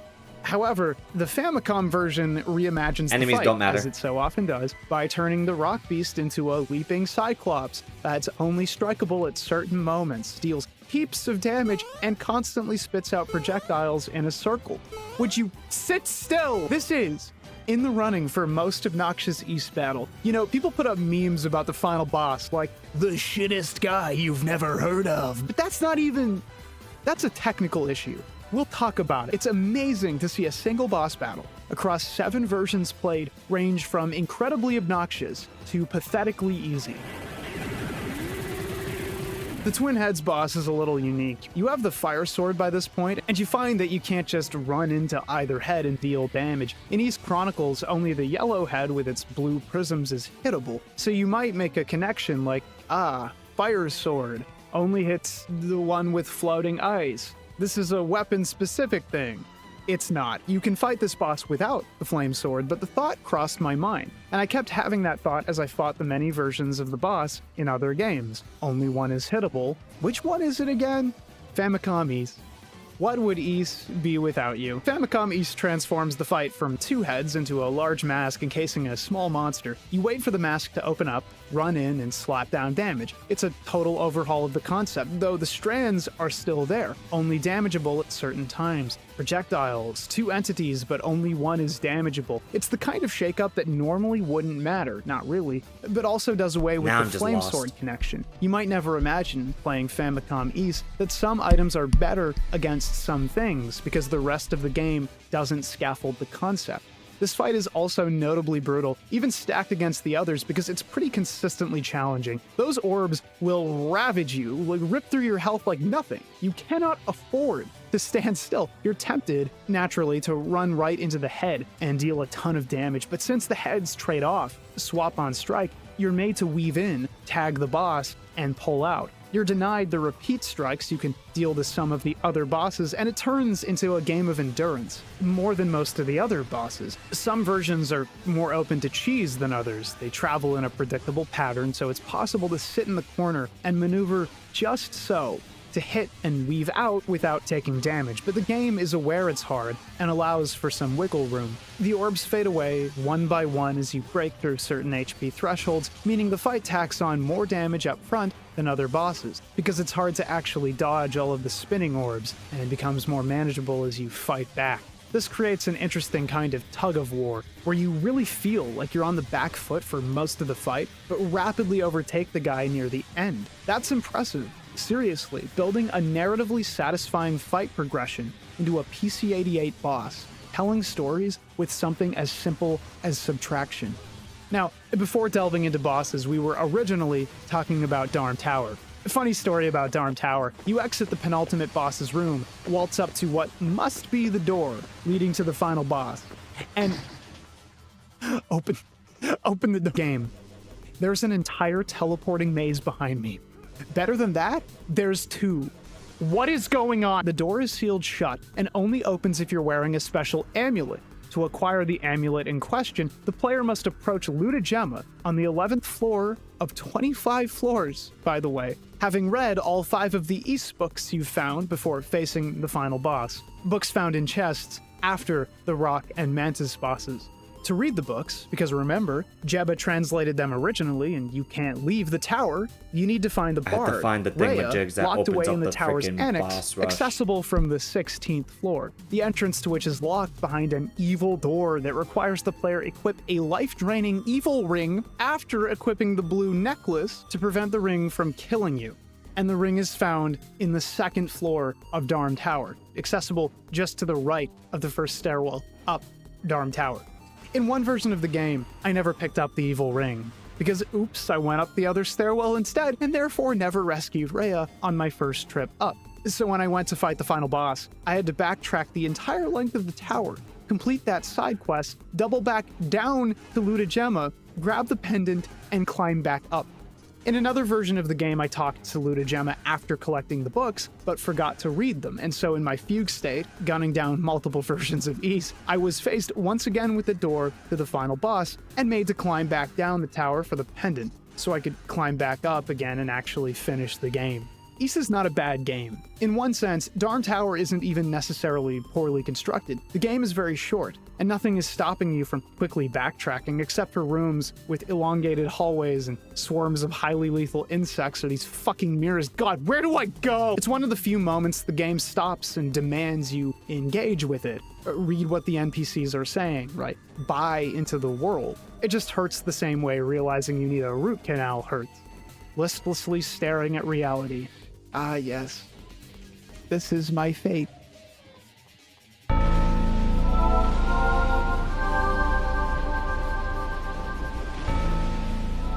Some games have villains named Ganondorf, Dracula, the Devil, Dark Fact. Some versions name him differently. The MS-DOS version says, you know what, Dark Fact isn't working for me. Maleficus. That's a villain name. A little generic, but the gist is understood. Translating some of these names is a challenge, and a name like Dark Fact is bound to cause confusion, so the Master System version calls him Dark Deck. I mean, where do you even start with that? I can see it, actually. I assumed the name was trying to key into the idea of a dark pact, like making a pact with the devil, a Faustian bargain, if you will. But no, Dark Fact. Dark from the Fact family. Their trivia nights are hell. Never go. I have some facts. Some might call them dark. Wait, I love to grab clothes that were washed. Why is the game not over? Oh, because we have to fight the final boss again. There's phases. We just beat the original phase, the first phase. Now we have to go through the demon world to fight the real phase. Why? Video games, that's why. Facts. Why do you think I have a Dark 2-hour Fact video is the essay final on boss here? of East 1. He's the mysterious actually figure pass the who's time been and stealing beat the game. everyone's silver. He That's even painful, kills the actually. fortune teller Yeah. Sarah. Little fact I forgot to mention, when you return with your first book of East, she's already dead. It's interesting that you never see or even hear about the guy outside of the occasional mention of a cloaked figure running amok. He But lives before up I do to that, I his have to villain unlock the status in that gates. sense. A last minute. And it's "Wait, who are you?" 4 switches Huh? they have to unlock. But you I'm realize down what to he's 2. done, and he wants you dead, so it's time to make this guy a dark factoid. Hey, what the fuck? Dark Fact has a cloak inlaid with Claria ore, which the player may have realized is the significance of the silver equipment. Claria. A most ancient ore. Some say Silver. but the meaning is the same. So silver equipment, one tier down from the Darm Tower set, is the only way to kill Dark Fact. The game sets you up as an underdog with that little mechanical twist, but you've got your Excalibur, you've got your silver bullet. Let's kill bro. No. Apparently, people consider Dark Fact challenging, which isn't a super fair assessment. Ignore my gaming YouTuberism. I mentioned this earlier, but like, let's say I'm going through a marathon and I just, like, either the game sucks or I love the game, but it's on a very slow part. This is what I do. Like, I would be on a phone call, I would be watching a video. Like, this is like me in my natural habitat. Like, freaking, if I have to get things done, like, I just have something in the background, and this is it. This is exactly what I would have. Okay, I know, it looks bad, but in most versions of East, and with minimal knowledge, Dark Fact is easy mode compared to some of the stuff you've been fighting. You just have to trace the arena in a square pattern, making sure to arrive wherever he'll touch the ledge. This is the optimal strategy because hitting him destroys the tile you struck him on, shrinking the battlefield and making the fight significantly harder if you do nothing to mitigate the issue. Swiping at him along the edges, skimming the rim, will keep the field as large and unobstructed as possible, making Dark Fact incredibly simple to fight. Pair it up with the damage-absorbing ring and you're golden. The problem, of course, is the modern PC version. When I opened East Chronicles, I got a pop-up asking me to set the refresh rate. 60, of course. That's my monitor's refresh rate. I ain't no hardcore PC fanboy. I don't spend money on expensive squares. Modern Dark Fact seems to have been designed for 30 FPS RAW, which isn't even an option in the menu. By the way, if you look at gameplay footage from the PSP version, for example, the original inception of the Chronicles game, Dark Fact is significantly easier. He shoots far less projectiles. Though I do think that's kind of funny. Maybe Dark Fact really is the shittest guy you've never heard of. Dark Fact, unaltered on a modern PC, is a gateway.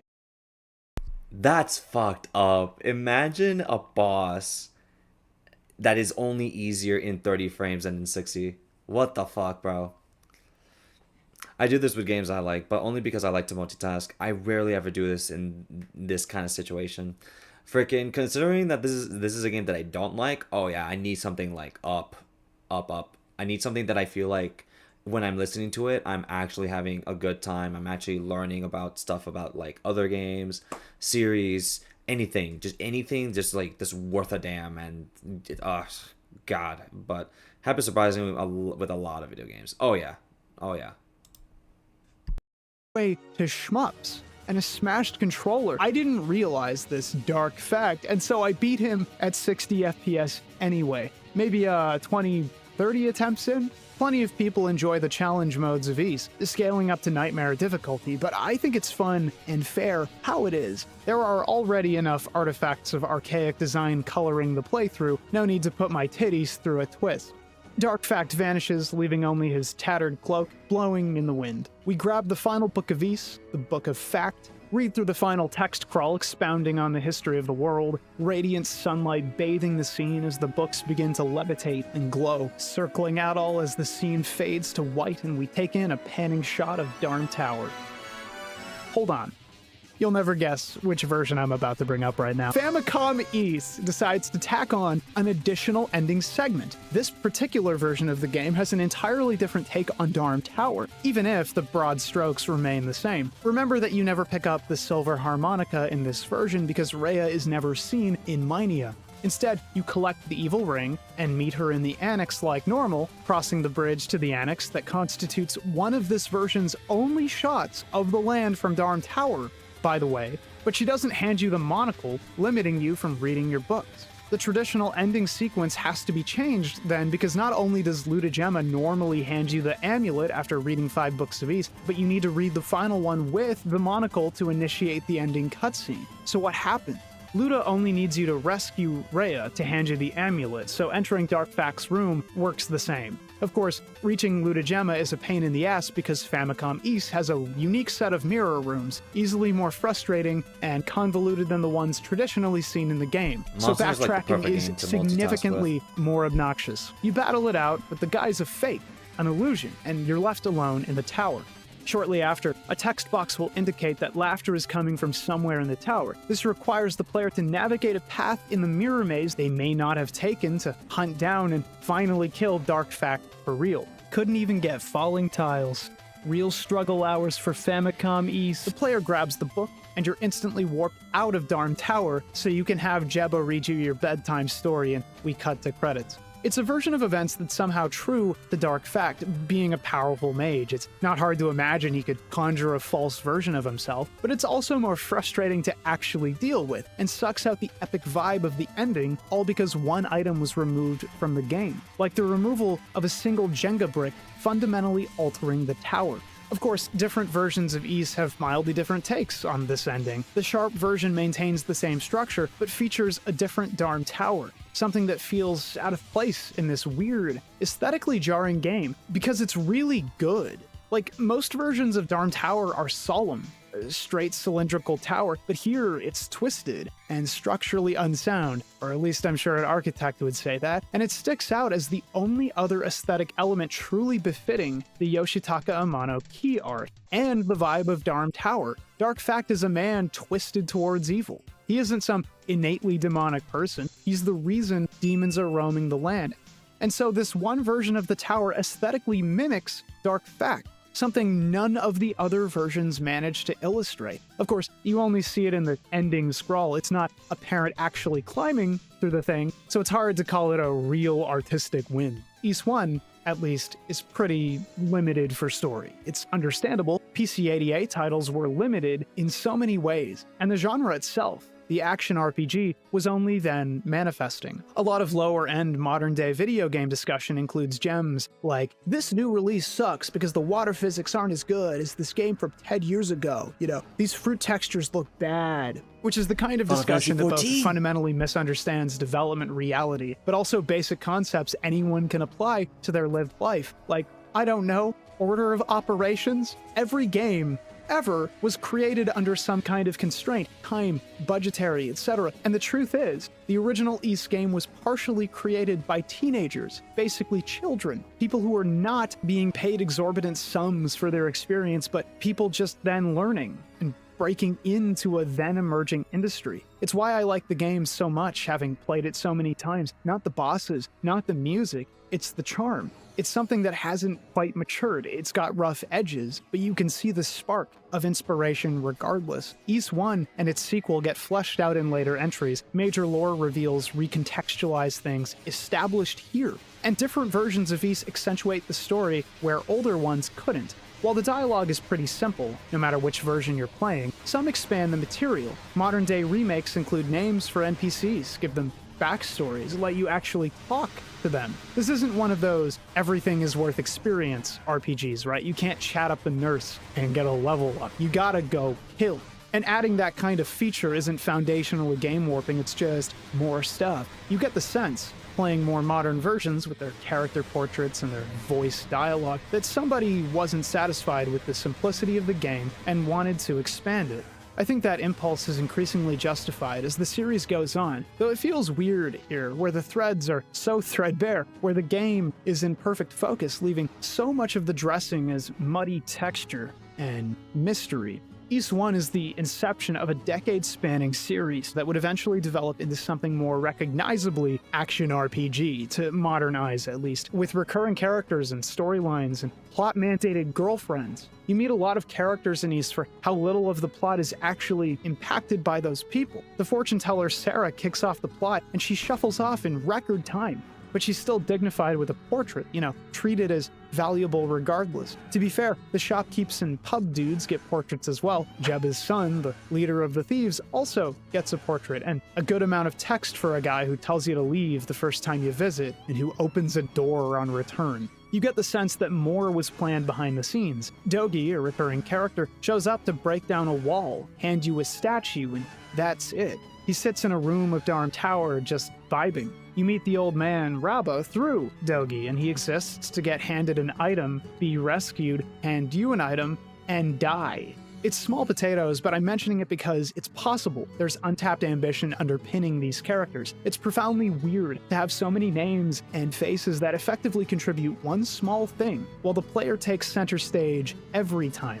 The twin blue hairs are eyebrow-raising, though. They dominate various pieces of official art. One of them is presumably the famous title screen orb holder. The track plate is literally called Fina, but in-game, and only playing the first Ys title, the player only ever knows them as Wandering Bard and Girl with Amnesia. You rescue both of them from jail cells at different points. I knew you had the courage to save me, but to be honest with you, I allowed myself to be caught.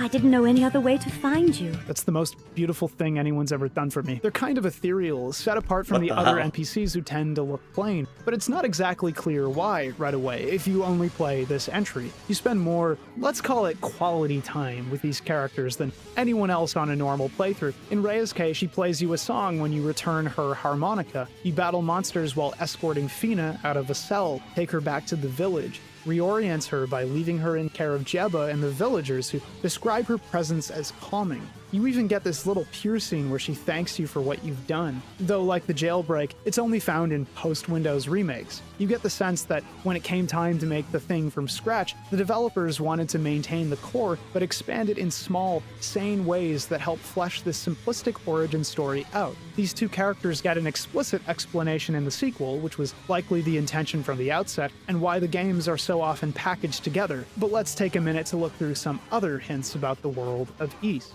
The 6 books you collect from bosses have names: the Book of Hadal, Dabi, Mesa, Gemma, Tova, and Fact.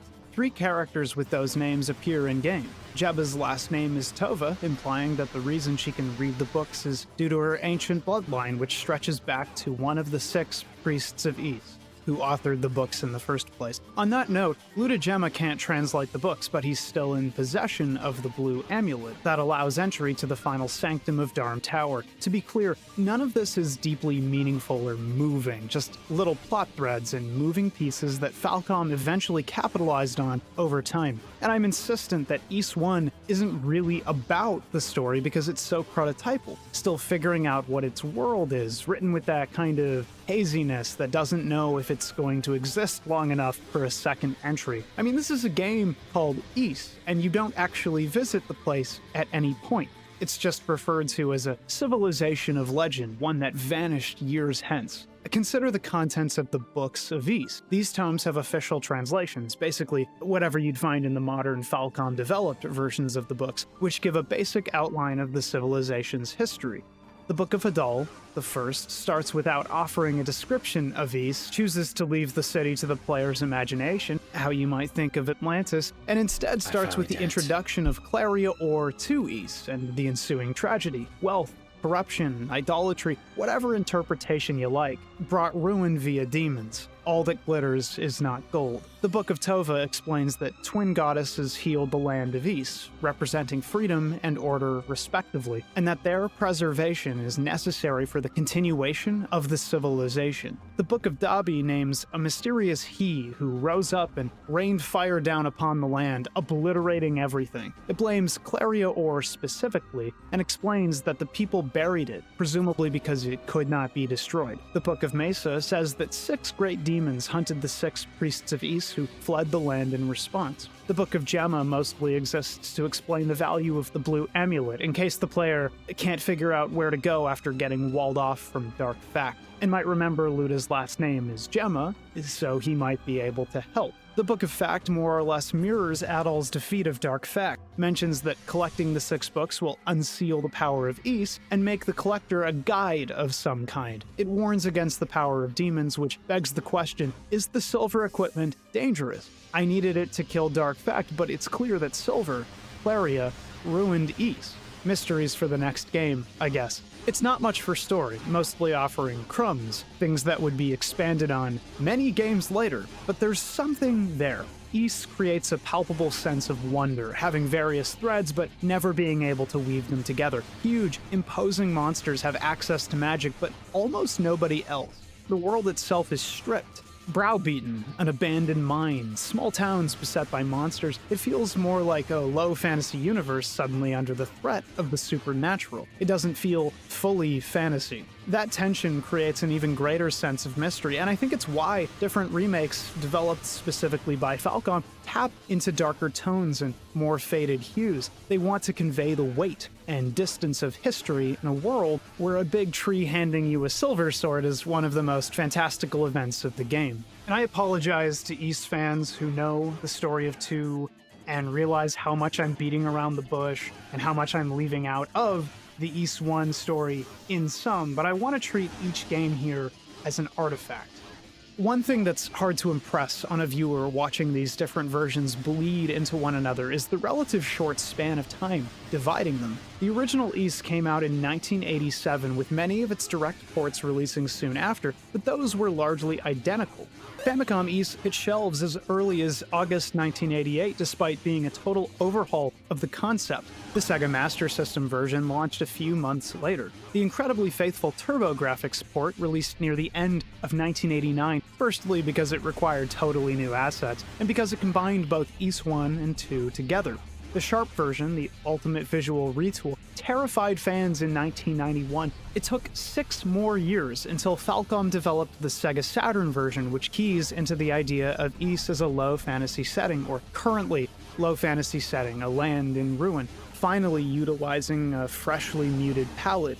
This is the endpoint of visual direction for the game. The post-Windows remakes also access less than blinding colors and accentuate shadows, darkness wherever possible, and that must have come as a bit of a surprise to fans. Ys was always incredibly colorful, distractingly so, and probably due to development constraints. PC-88 games just look different. The change in visuals is arguably narratively fulfilling and cohesive in a way the older visuals can't quite compete with, but I want to highlight the value of the older aesthetics anyway.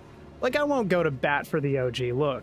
It's fine. It's fine. And the TurboGrafx port made a point of sticking to that bright, blinding vibe. Ys is a fantasy game with upbeat tracks and an ultimately triumphant hero. There's narrative value to color. It aesthetically aligns with the play, if not the setting.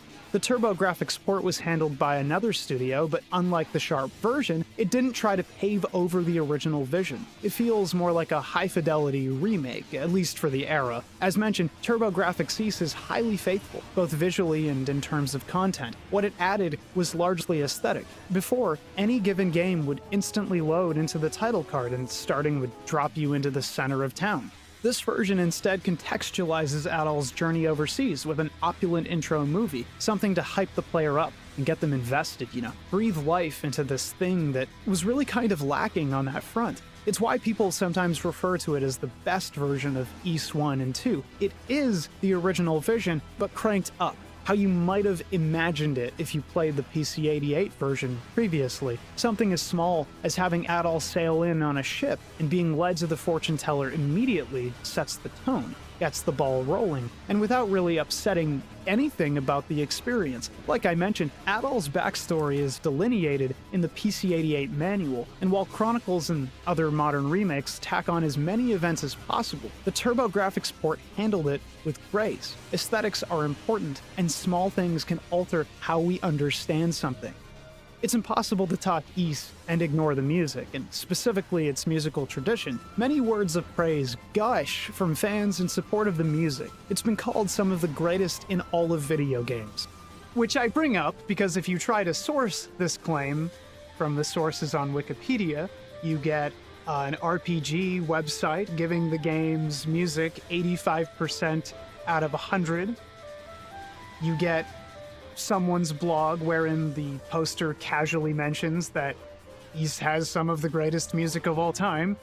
And maybe even better, you get an interview of Yuzo Koshiro asked why Ys's music popped off so hard, why it's so beloved, to which he answers, "I don't really know." He tries in the interview to link his success to doing whatever he felt would match the scene, which, like, fair enough. Admittedly, Ys came at a time when technology was rapidly advancing, and for a long time, music from video games sounded mostly like bleeps and bloops. Ys, with its wide range of tracks and pounding rhythms, must have sounded, for lack of a better term, rad. But it is fascinating how much effective storytelling is inherent to this title.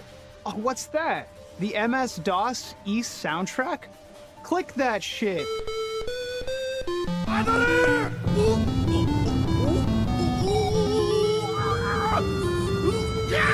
I'm not here to confirm or deny that kind of claim. I like the music okay. I think it constitutes a bop. But what I'm actually interested in is the instrumentation. Ys 1 alone accesses a whole gallery of sounds, and not just in terms of fidelity. In some cases, Ys sounds like old era bleeps and bloops. In other cases, Ys sounds kind of moody and kind of fantasy. In other cases still, Ys sounds like something that belongs at a rock concert with wailing electric guitars and pounding rhythms. That's closer to the original intent. Yuzo Koshiro was inspired by rock music more than like panpipes, and that rock vibe emerges in multiple remakes. Regardless, I have no idea what the aural identity of Ys is supposed to be. At a glance, the series seems like it should be scored with more traditional fantasy tunes, Final Fantasy type beats, etc. So why is it? The very first time I played Ys 1, I was listening to music that would accompany the baddest of asses. Guitar screaming triumphantly while I flailed around the boss room like a dumbass incapable of landing a hit. It really does impact the experience, makes you feel stupid. Because hey man, you're playing modern Ys. You're probably supposed to know what's going on before playing. I couldn't match the music. I really prefer the lower key versions of the tracks just for tone setting purposes. Ys is aggressive and forward flowing, but that doesn't inherently necessitate electric guitars. The softer and more somber tracks don't overpower the action, they blend in, seem more ambient, suck me into the world better, getting into the dungeon crawling, living in the space. They match the mystique of the world better, and it's interesting that various versions opted for intense action whenever Adol is running. That said, many of the remakes allow players to select which version of the OST they prefer. They give players some degree of control over the vibe, let you score your own story. On one hand, that's the nature of a story that's been built on for decades. They had one version of the OST, they had another recorded as a bonus, etc. But it speaks to the spirit of Ys as well. Across all these 7 versions and the many surrounding others, I maintain that there is no single best version of Ys 1. I think many of them have unique value regardless of their total quality, and I'm not interested in weighing them against each other to confabulate some kind of tier list. These games exist as a historical lineage. None of them exist without the original. These different takes are in sum a time capsule of opposing ideas and visions for something that hadn't fully manifested yet, something contributed to by different teams in different places with different perspectives. I appreciate the PC-88 version's crusty simplicity. It set the tone for the entire series. Regardless of whether it's more fun than other versions, it is Ys. I'm fascinated by the Famicom version, which makes plenty of concessions to hardware limitations, but also expands and alters the core content in such a way that it passes for a completely different experience, if not for the specific plot beats that keep it in lockstep with tradition. Famicom Ys is like Ys from another dimension. Like, what if you were purple and had 8 fingers on one hand? Sharp Ys is almost not Ys in terms of aesthetics, monster designs, or mechanics. It's simultaneously easier and harder than other versions of the game in completely unexpected ways that make it refreshing to play regardless.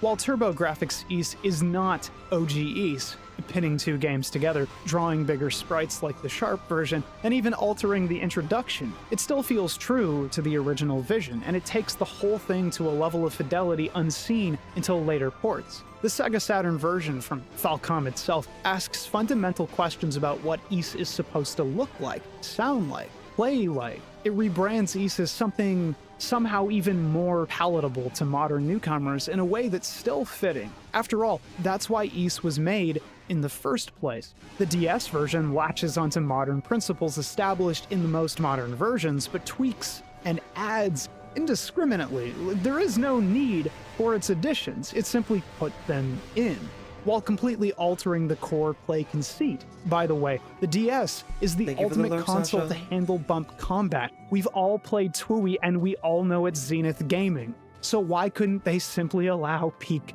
to happen? The current brand of remake is so far past the original concept, but with all the characters, locations, nouns intact, it's unmistakably Ys. It's closer to the current identity and how most people will probably ever experience Ys 1 and its sequel.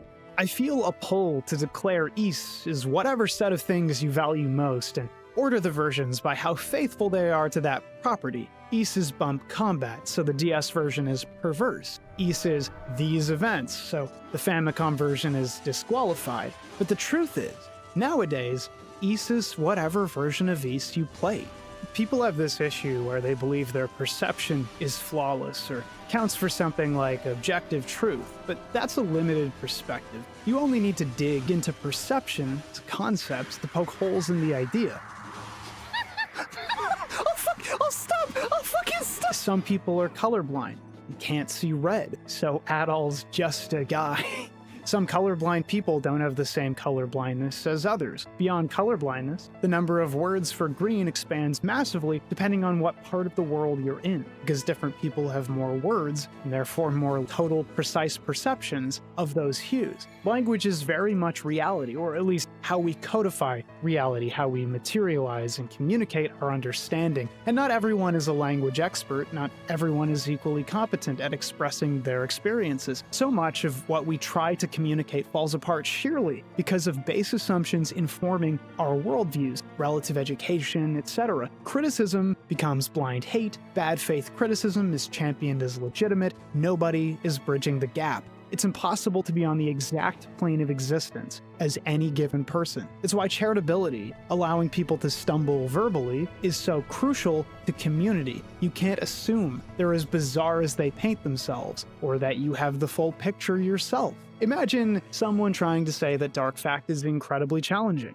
People do this frequently. For all intents and purposes, Dark Fact is incredibly challenging because of the mythology surrounding him. But that isn't true. In most cases, you just follow him around the screen. He's actually something of a vacation compared to the Floating Heads or the Mantis and most of the Famicom version dudes. Bosses that require incredible precision, where Dark Fact only asks you to copy the broad strokes of his movement. You don't need to dodge all those fireballs, you need to hit him consistently. I one-rounded him in almost every version after Chronicles, but the take is still accurate to my original run, only it was my first experience where I was hobbled by the FPS increasing his difficulty. Hardware reality created this monster, and this concept goes well beyond Dark Fact. Whole dungeons were easier or harder depending on the version. Some bosses were always challenging regardless. In some cases, I bought into third-tier equipment and other times I didn't, meaning that when I was stripped of my silver gear in Darm Tower, I had a horrible shield at one point and couldn't take many hits. You can outwardly avoid the 5th tier of equipment in most versions and still scrape by. You cannot trust someone's opinion about Ys 1 to be comprehensive because of this. Critically, you shouldn't expect that in the first place. Most people aren't in a position to run a game 7 times. Most people have to do the dishes and the laundry and go to work and pay bills and maintain a healthy relationship with the media they engage with. The entire experience, from stats to bump combat mechanics to experience gain, the challenge depends entirely on the version played. It is multiplicity given form. Ys is a liquid experience. Maybe history can help us think of this more clearly. A lot of ancient history is whatever version we have access to. It's why modern-day historians are increasingly... Yes? What's an egg console? What do you mean by egg console? Man.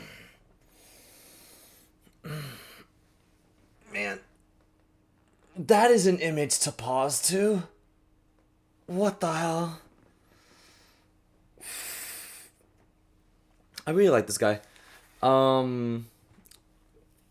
Freaking, he hits all like the right notes when it comes to like how do you consume media and how do you, the meaning behind everything. La da da. It's just like, oh my god, he has the philosophy aspect in his video essays that I really aspire to use myself.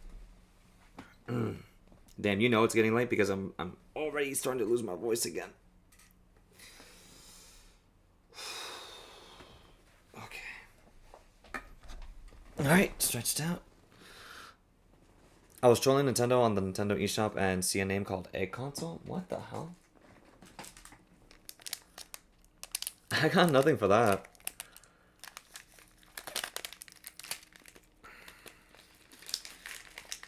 No idea. Eggs? I don't know what you're referring to, buddy. Increasingly concerned with social history over popular accounts of kings and conquerors, so much of how people actually lived was traditionally ignored in favor of recanting the deeds of the most powerful people alive, people who couldn't possibly represent regular life. And that's before even considering historical bias, that too often the accounts of those victimized by conquerors slipped into obscurity. And so much of ancient history boils down to us, today, relying on whatever some dude said. When we read about Socrates in philosophy class, we're coasting off the assumption that Socrates was a living, breathing Athenian, when our only proof of his words and deeds are the words of his students Plato and Xenophon. For all we know, Socrates might be a fictional character, one of the first recorded OCs. Maybe Plato just imagined like a really intelligent guy. Or if Socrates' name was invoked as a trope, the Platonic ideal of a great teacher. We don't know. Socrates exists because of the literary tradition that preserves his memory. If you've never engaged with the series, you might be asking, what the hell is Ys? What is that? That's how you say it? And it's unsurprising. Y and S paired side by side doesn't exactly... Okay, what? I had to leave for a bit and it turned into a history lesson. Okay, we're gonna go back. We're gonna go back. Because everything that he said in this section is actually very, like, enlightening and eye-opening and a little, like, thought-provoking at most points.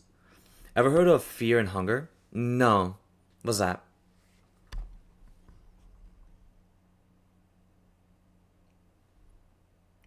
Okay, is this part of our test? Now it is. This man, he's a freaking genius. Spirit of Ys as well. Across all these 7 versions and the many surrounding others, I maintain that there is no single best version of Ys 1. I think many of them have unique value regardless of their total quality, and I'm not interested in weighing them against each other to confabulate some kind of tier list. These games exist. That one right there, not trying to talk about what version is better, like as a tier list, is so fucking cool because I don't give a shit about like what version has I don't care about like what version is better than what. I care about what version actually adds on to the other. Because every single version of a game has different things that other versions don't. Whether it's better or not doesn't really matter. It's the fact that you are able to experience it and actually see what they had in mind when it comes to one version or the other. But the lore is good though. What do you mean? Oh god, I remember now. Wait, what? A Fear and Hunger? As a historical lineage, none of them exist I'm not without sure. the original. These different takes are in some a time capsule of opposing ideas and visions for something that hadn't fully manifested yet, something contributed to by different teams in different places with different perspectives. I appreciate the PC-88 version's crusty simplicity. It set the tone for the entire series. Regardless of whether it's more fun than other versions, it is. Just don't. What are we doing in the chat, Sasha? What are we doing to them? Cause I am honestly like I mentioned this before. I'm not internet savvy, so I wouldn't know about it.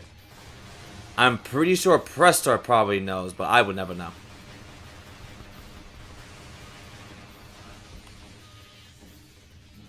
One second. Is Ys. I'm fascinated by the Famicom version, which makes plenty of concessions to hardware limitations, but also expands and alters the core content in such a way that it passes for a completely different experience, if not for the specific plot beats that keep it in lockstep with tradition. It's not it's a game? Now I'm gonna look it up. Fear and Hunger.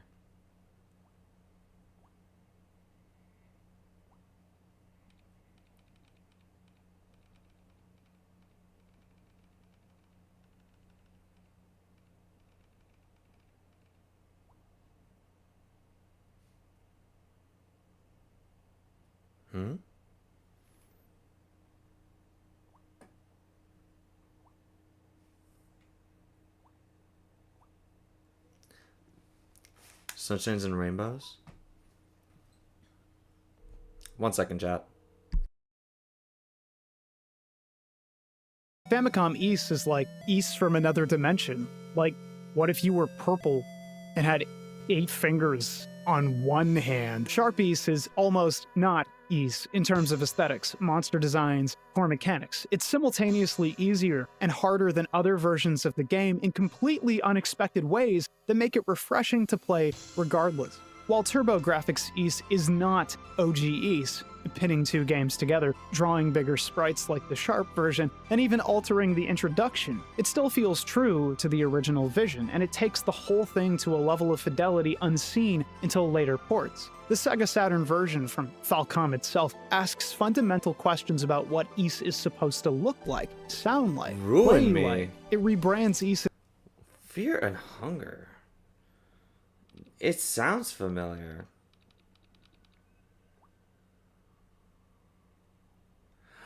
Oh, I know this game. I know this game. Yeah, no. I've already known about this game. Yeah, it's a fucked up RPG. It's fucked up. You went through it? That's crazy. No, I've already. Of course he does.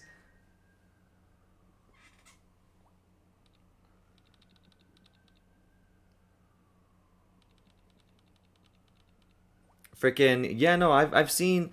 I watched a video essay on that. Who?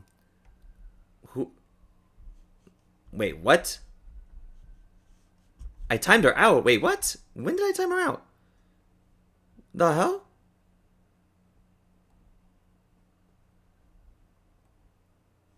Sorry about that. I did not mean to time her out. I did not time. What the hell?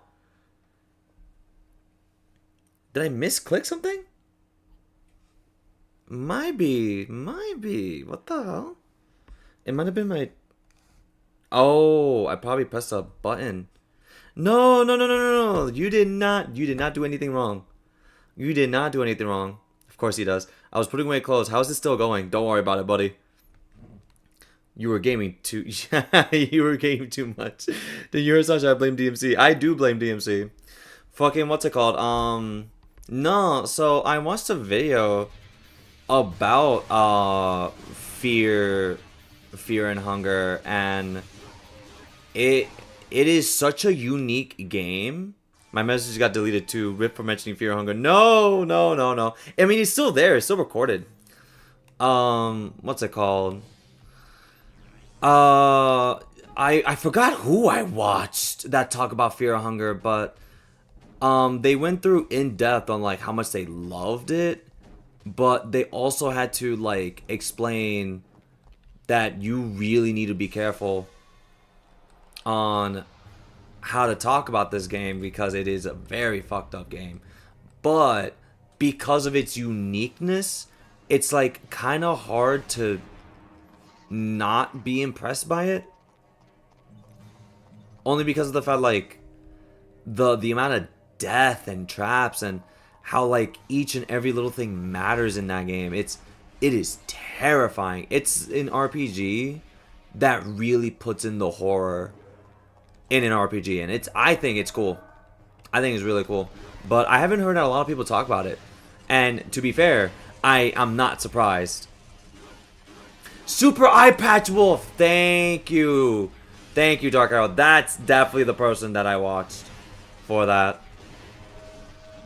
Such a good reviewer, such a good freaking such a good like, yeah, no, just a really good reviewer. It's messed up. I like the lore, I like the mythology and stuff. Yeah, no, the lore and mythology is insane. Like whoever this freak is awesome. Like I definitely know why you mentioned it. I definitely would know. This is what DMC2 does to streamers. Yeah, I do. Like the Goblin Mask. 100%.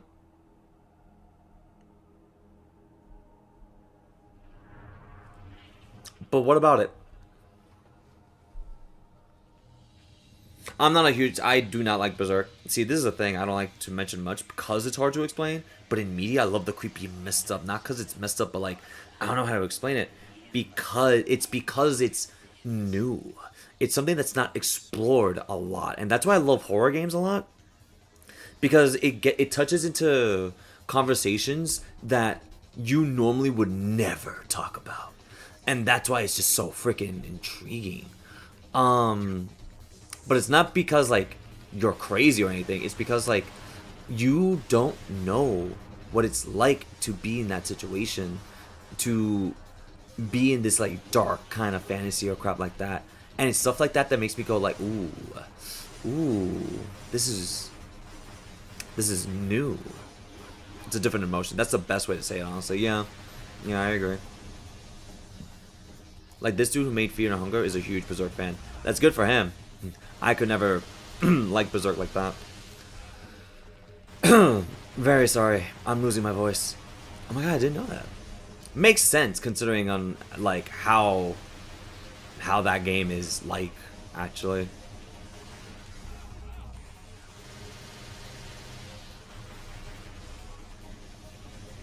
I can see it. Yeah. No, I can see it too.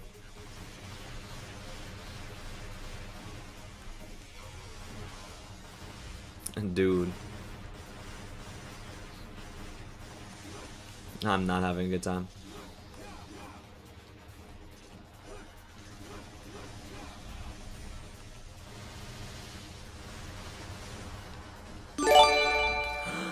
Prestard! Thank you so much for the gift sub! Is this just a boss with a final boss? No, this is just a boss. The final boss is still not here. Give it to Flashfire. Bless, homie. My god, thank you. Freaking out of nowhere, just like that? Just gifting a sub, homie? To something somehow even more palatable. Here's a gift sub, because I know you hate this game. I do. Still fitting. But that's why I'm using that's why Ys was a video made essay to like get past it, man. The DS version latches onto modern principles. Pesto would not know about Fear and Hunger. I take that back. Versions, but tweaks and adds indiscriminately. There is no need for its additions. It simply put them in. while completely altering the core play conceit. By the way, the DS is the ultimate console to handle bump combat. We've all played TWUI and we all know it's Zenith Gaming. So why couldn't they simply allow peak to happen? The current brand of remake is so far past the original concept, but with all the characters, locations, nouns intact, it's unmistakably Ys. It's closer to the current identity and how most people will probably ever experience Ys 1 and its sequel.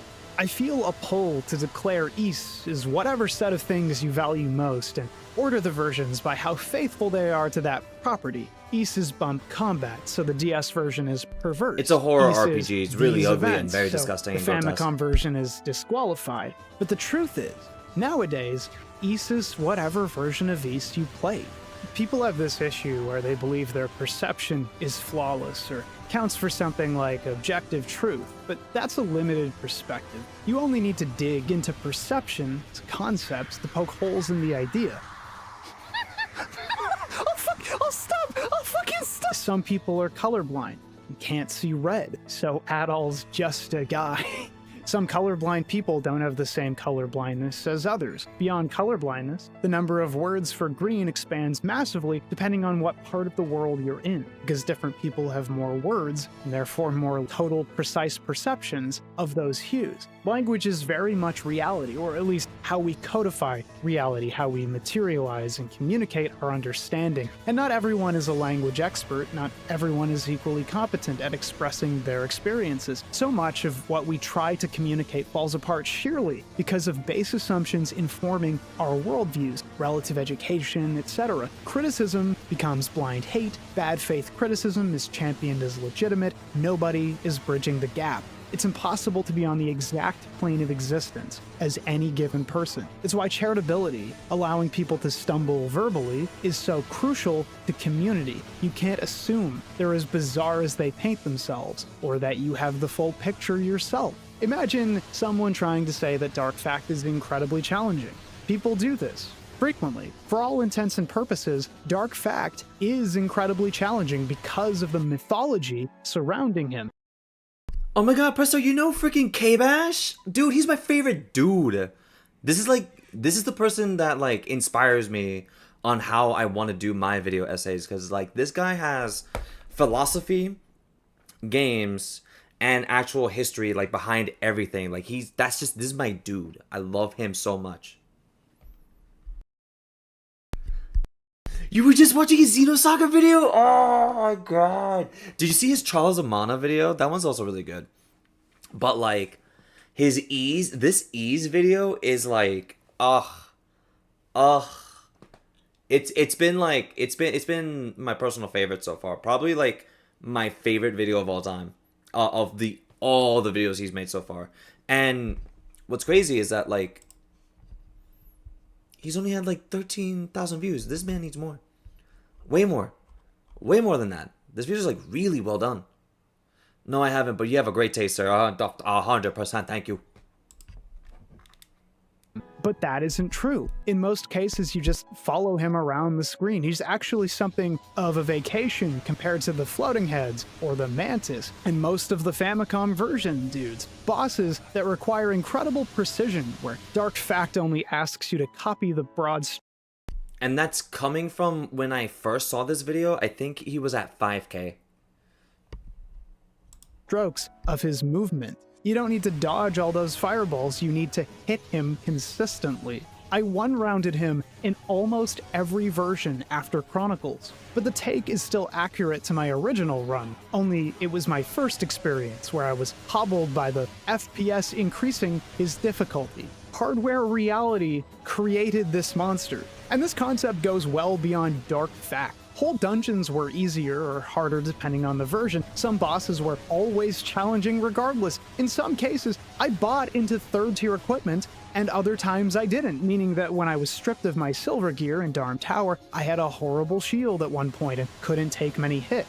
You can outwardly avoid the 5th tier of equipment in most versions and still scrape by. You cannot trust someone's opinion about Ys 1 to be comprehensive because of this. Critically, you shouldn't expect that in the first place. Most people aren't in a position to run a game 7 times. Most people have to do the dishes and the laundry and go to work and pay bills and maintain a healthy relationship with the media they engage with. The entire experience, from stats to bump combat mechanics to experience gain, the challenge depends entirely on the version played. It is multiplicity given form. Ys is a liquid experience. Maybe history can help us think of this more clearly. A lot of ancient history is whatever version. Let me show you his when I saw him. I've been watching this dude since... Oh, we gotta go all the way down. Gotta go all the way the fuck down. All the way the fuck down. Not even further. He talks about Soul Calibur. He talks about fighting games. He talks about Beyblade. He talks about Dark Cloud. He talks like everything. Everything you could think under the fucking sun. Like he goes through it. I think, yeah, Golden Sun. He also talked about Hamtaro. Dark Cloud, oh my god, it's over for me! This is his earliest videos. I joined him right here. 6 years ago. Dragon Quest Swords. Which was a Wii game. A Dragon Quest game that was an on-rails hack and slash. He's so real for that again. Freaking Red Ninja 2. Yeah, I saw that video. Now, that video is good. I like, ever since this, I went backwards. And I saw his Golden Sun videos. Saw his Mega Man stuff, his Hamtaro stuff, and everything. I saw everything from down here. And then I have been following him from then on. And he's just been this, like, unstoppable force of, like, great information, amazing comedy, and really, like, this is... all of his videos just inspires me to, like, make the videos that I want to make. Like, he has the best way to actually, like, keep being engaging, actual show history on a lot of the games, talk about, like, the his history, and then the game history, and where it got to, and how it works, and and just has, like, a ball with it, and it's great. It's been great. Like, he's been such a good influence on for me, and I really do think that you guys would like a lot of his videos too. He even got me interested in Fire Emblem of all things. That's the Red Ninja game that Presto was talking about, which is really, really niche. It's really, really cool, but it's also really, really tough. I could definitely see that. I really like how he talks about niche games. Yeah, like, dude, he's so great. He actually loves his craft. Version we have access to. I don't like That's Fire why Emblem, modern day historians are increasingly from what he explained to concerned me, with social. There's a specific way for me to play Fire Emblem. I just refuse to play the modern ones. I do not like dating simulators, especially for something like how Fire Emblem does it. Fire Emblem Awakening with you? That's insane. History over That's popular accounts insane. of kings, and I'm gonna head out and play more Stardew while looking at someone doing X3 speedruns. Have fun with that. Oops. conquerors, so much of how people actually lived was traditionally ignored in favor of recanting the deeds of the most powerful people alive, people who couldn't possibly represent regular life. And that's before even considering historical bias, that too often the accounts of those victimized by conquerors slipped into obscurity. And so much of ancient history boils down to us, today, relying on whatever some dude said. When we read about Socrates in philosophy class, we're coasting off the assumption that Socrates was a living, breathing Athenian, when our only proof of his words and deeds are the words of his students Plato and Xenophon.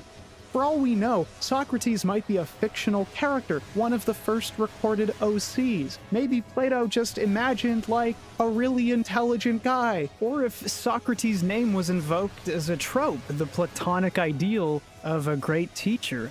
We don't know. Socrates exists because of the literary tradition that preserves his memory. If you've never engaged with the series, you might be asking, what the hell is East? What is that? That's how you say it? And it's unsurprising. Y and S paired side by side doesn't exactly look like common English. It looks like yis. It reads like crap. I remember a teacher making the class read a portion of World War II history aloud and hearing otherwise educated kids say slaves when the word printed was Slavs.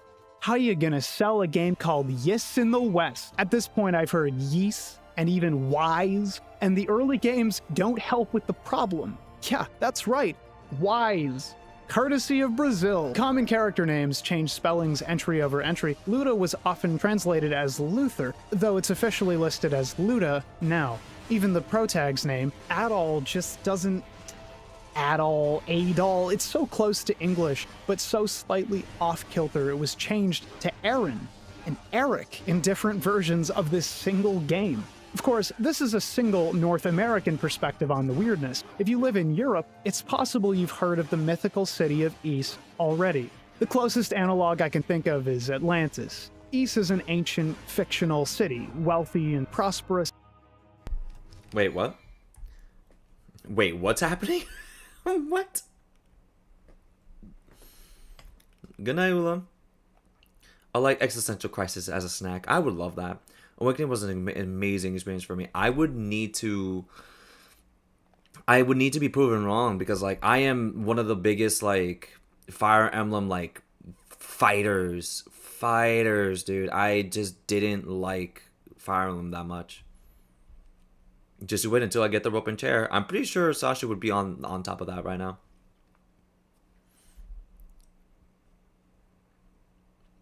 He's perfect the way he is. It was so good. But Demetrius... Who's Demetrius? Fuck Demetrius. Whoa. Terrible stepfather. Could care less about him. That's insane. What the fuck? He's lucky that I'm only nice to him because of Maru. What, is this Stardew? No, I'm actually gonna leave. Good luck surviving with how boring this game is. Night, dandy night. I'm trying. A Meru? Who? Oh, Stardew. Out of my element.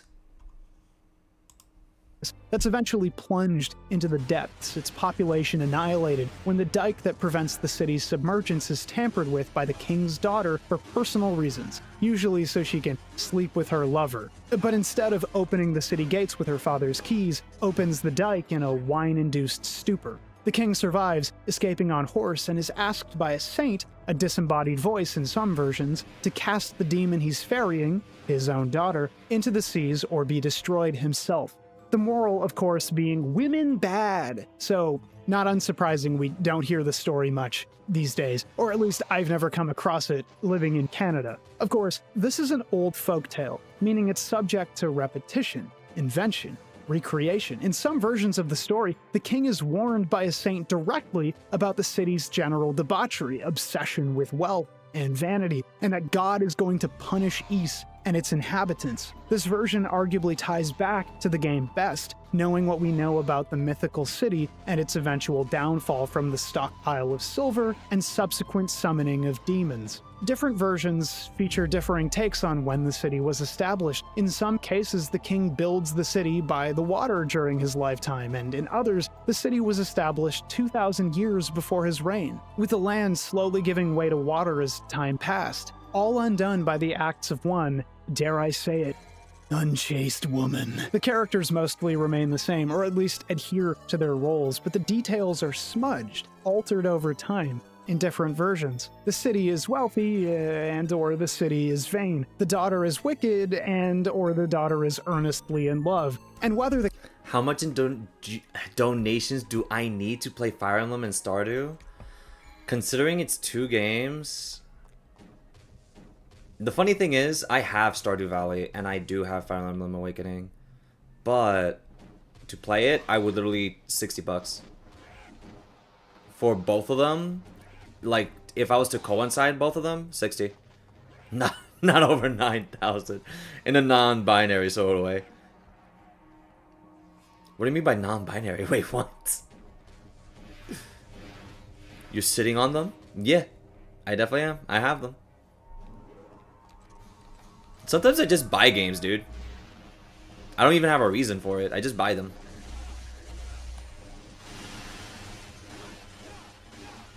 Maybe just to get Lewis shorts, but that's the only ones I... Ah, cute. I meant bravery. Ah.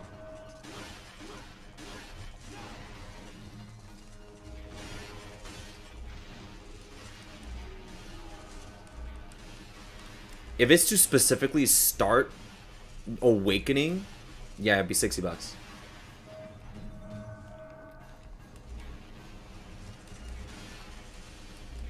But I'm not gonna play them on Fatal Fury Day week. That's not happening. You know Fatal Fury is coming out on the 21st, right, Press Start? Right? Right? I ain't playing any other game but Fatal Fury. The king or the princess hold the keys. They're always made of gold or silver. Ys takes obvious inspiration from the legend, a lost civilization, rich enough to mock God, brought to ruin. And like the story of Care Ys, the game, or games we've dug into so deeply, are now the product of the oral tradition of storytelling. The mythical city sunken on the coast of ancient Brittany Yeah, is I a am. story defined so by close. many It's literally, voices like, not of that far folk off. tale, until it appears codified in a collection of popular songs birthed from the oral tradition. Years after the fact, it's persistently altered from there, taking on new meanings, new variations, with each new version of the tale. What if I use my Fatal Fury money on Fire Emblem stream? That's crazy, bro. I'd fight you. I'd literally fight you. Like frame one. You're not stopping me from playing goddamn Fatal Fury. If you do play Stardew, may I play with you? 100% yes. What if I change your life for $50? $60? Nah, that'd be like $200. And by total accident, propelled purely by the game's success, Ys mimics its own mythological origin. A tale of souls and swords, eternally retold. Changing, evolving with new information. I saw Soul Calibur and I got fucked up. So Press Start wants to pay me $60 to play Fire Emblem Awakening and Stardew Valley. That is the goal. I said if it's Stardew Valley and Fire Emblem Awakening, it would have to be $60. And in reaction to opposing ideas, shaped by different hands, retold by different mouths, and eventually reclaimed, reconsolidated by Falcom. New context written into this story many games later, the dominant cultural version established years after its inception. And the oral tradition of Ys lives on in how the game is spoken about. Stardew Valley is in a bonus. forums, The 60 is mostly for Fire Emblem Awakening. Videos. Dark fact really isn't so bad, but the wiki, the videos, they make it true regardless, as far as anybody cares to know. Storytelling, crafting a narrative, is integral to the human experience, sharing joy. And sometimes that takes the shape of a tall tale. Sometimes the music is good enough to make angels weep, and Dark fact is so hard, I smashed my controller. It's possible to fall into ahistoricism, but sometimes the power of a story is more important than the bare reality. Ys became immensely successful, so widely known and respected overseas, and you never know it in the West. They show off new games in Nintendo Switch presentations, and people write mid in the comments. So much of Ys's history is only barely accessible, and even then, using primary sources only really amounts to hearsay. What an old developer wrote on their personal blog, what this person thinks of their own work, what someone else has extrapolated out of some kind of innocuous number score. And maybe covering in this level of depth is trite and indulgent and extraneous, but the scantily preserved history of Ys 1 led not only to a direct sequel, because as we know, video games too often rest at the intersection of art and capital, but a self-interrogating lineage of games, and an entire sordid side history, which, of course, is a series of dark facts for another time. Hey, Hey, it's K-Bash. Huge thanks goes out to my $4 patrons. Check them out. Beautiful. And double special thanks goes to my extra generous patrons who are Adam Welch, Air Pirates C, AK, I love how we're having an investor meeting in chat right now. Wait, what? Oh my god, that was it. Peak. Yeah, no, this video is peak.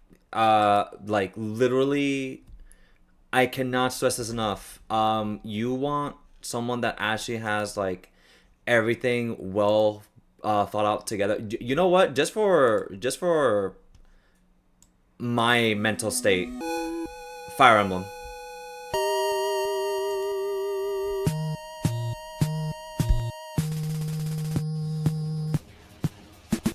Fire Emblem does a lot of things right. If I started listing them out, we'd be here all day.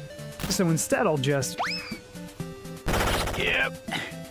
That'll do it. It's a franchise that spans decades, meaning it's stuck around for a reason. And don't come in here like modern-day Fire Emblem haters, like the kids who post L down the screen in Nintendo Directs whenever Scrimblow, Bimblow, and the mystical Chungus isn't the focus. While Fire Emblem is ostensibly a game about little soldiers battling on a checker grid, it's also about royalty, romance, and empire. It's a game about war. And it's been waging war so long, it's even at war with itself.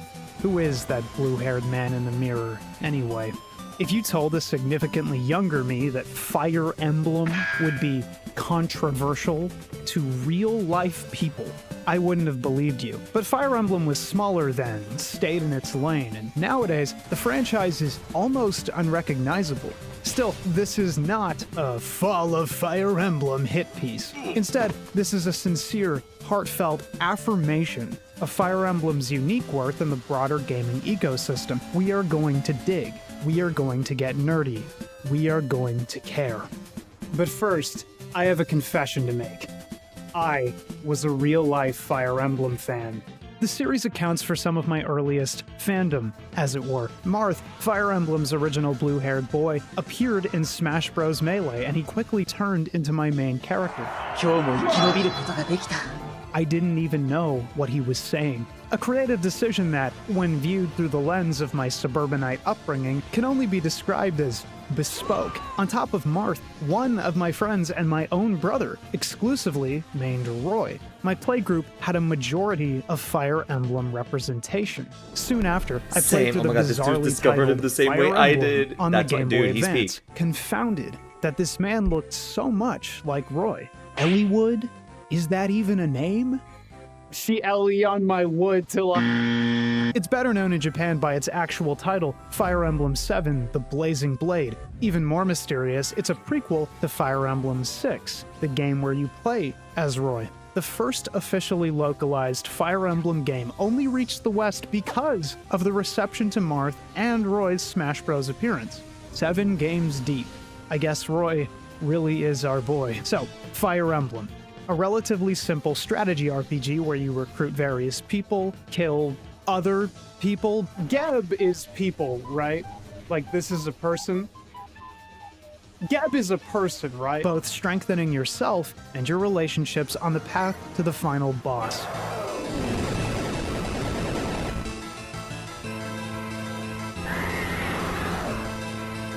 It was an absolute epic for a young teen, and I love it to death. I picked up Sacred Stones, the last GBA Fire Emblem game, on the day of release. It was more full-bodied and feature-rich than its predecessor, with optional level grinding areas, branching class trees, weak but high-potential recruit characters, and bonus post-game material. I didn't like the characters as much as my first Fire Emblem experience, and the Sacred Stones accessed a darker palette in portrait outlines, making characters better defined, but less faded history book. And so a tiny seed of fandom was sprouting, opinions about Fire Emblem preferences. What's happening? It was a friend who broke the dam, though. I slogged through my trying to first beat- run, I'm literally just trying to beat stages this. after a point, unwilling to grind experience, Marth is but literally willing like- to let characters I first die. met By the end Fire of the Emblem game, my because of squad was Melee, so it's decimated, just like, yeah, and this I was makes left sense. with a handful of remaining characters I didn't even like. Totally unleveled and unable to enter the post-game. My main game force dead and buried. So my friend goes, "Didn't you know you can level your guys to 20 before you promote them? Then the game is easy." Oh. Fire Emblem allows players to promote their units to a stronger class of unit at level 10, turning a knight into a general, for example, but you can also keep leveling up to a cap of 20 before ever promoting. I was hasty and always promoted early just to access cooler units faster, but I never considered taking the slow road. I grabbed the remaining units from the aftermath of my main game run, Arthur, Kyle, Marissa, Naomi, and Tana, headed to the grinding area, and proceeded to create my first ever Fire Emblem Death Squad, link cable multiplayer ready, and post-game viable. This experience warped how I engaged with Fire Emblem completely. Within only a few years of learning about Fire Emblem, suddenly every mission in every game was about maximizing XP gains for whichever units I wanted to use that run. I reset the game whenever a unit died. I abused the arena. I trained up initially weak units explicitly to watch them obliterate enemy forces later. I moved my squads in a ball formation deliberately, unequipping bulkier units at choke points so they could tank enemy blows, allowing me to soften the opposition and finish them off with whoever I was feeding experience to. I was obsessed with breaking the games over my knee, and this pattern continued through Radiant Dawn into Awakening and Fates until the obsession with optimizing got so bad I was sincerely trying to create the ultimate units for Fire Emblem PvP, something that could not, in any universe, conceivably matter less. Fire Emblem is the only game I've ever attempted to create ROM hack assets for. Fire Emblem got me interested in learning sprite art, recoloring units, and splicing portraits together to make hodgepodge original characters. Fire Emblem got me to make things. Fire Emblem almost got me onto a forum. But I would never hurt myself like that. For all my obsession, though, I wasn't really engaging with the series. I was only ever aesthetically interested in the GBA games and Ike titles later. They were the heart and soul of the franchise to me because they got me hooked in the first place. As the games became bloated and increasingly served different audiences, I started getting tired of the series as a whole and eventually found an excuse to dismiss it completely. Getting deeper into games coverage, but still mentally behind where I am today, I played through Final Fantasy Tactics and Gungnir and decided that Fire Emblem was overly simplistic, not meaningfully tactical, and personally, wholesale unworthy of a spot among the pantheon of the greatest strategy RPGs, which maybe gives away my preferences for tactical games at the time, crunchy, dynamic, etc., but also ignores the things that make Fire Emblem uniquely good. It was a sort of toxic mindset, the kind that would place Resident Evil 4 at the top of some confabulated list for the sake of being basically perfect, when I hadn't really interrogated what that meant, how that could be a problem. I care about very different things these days, and so I had to look back and reconsider Fire Emblem.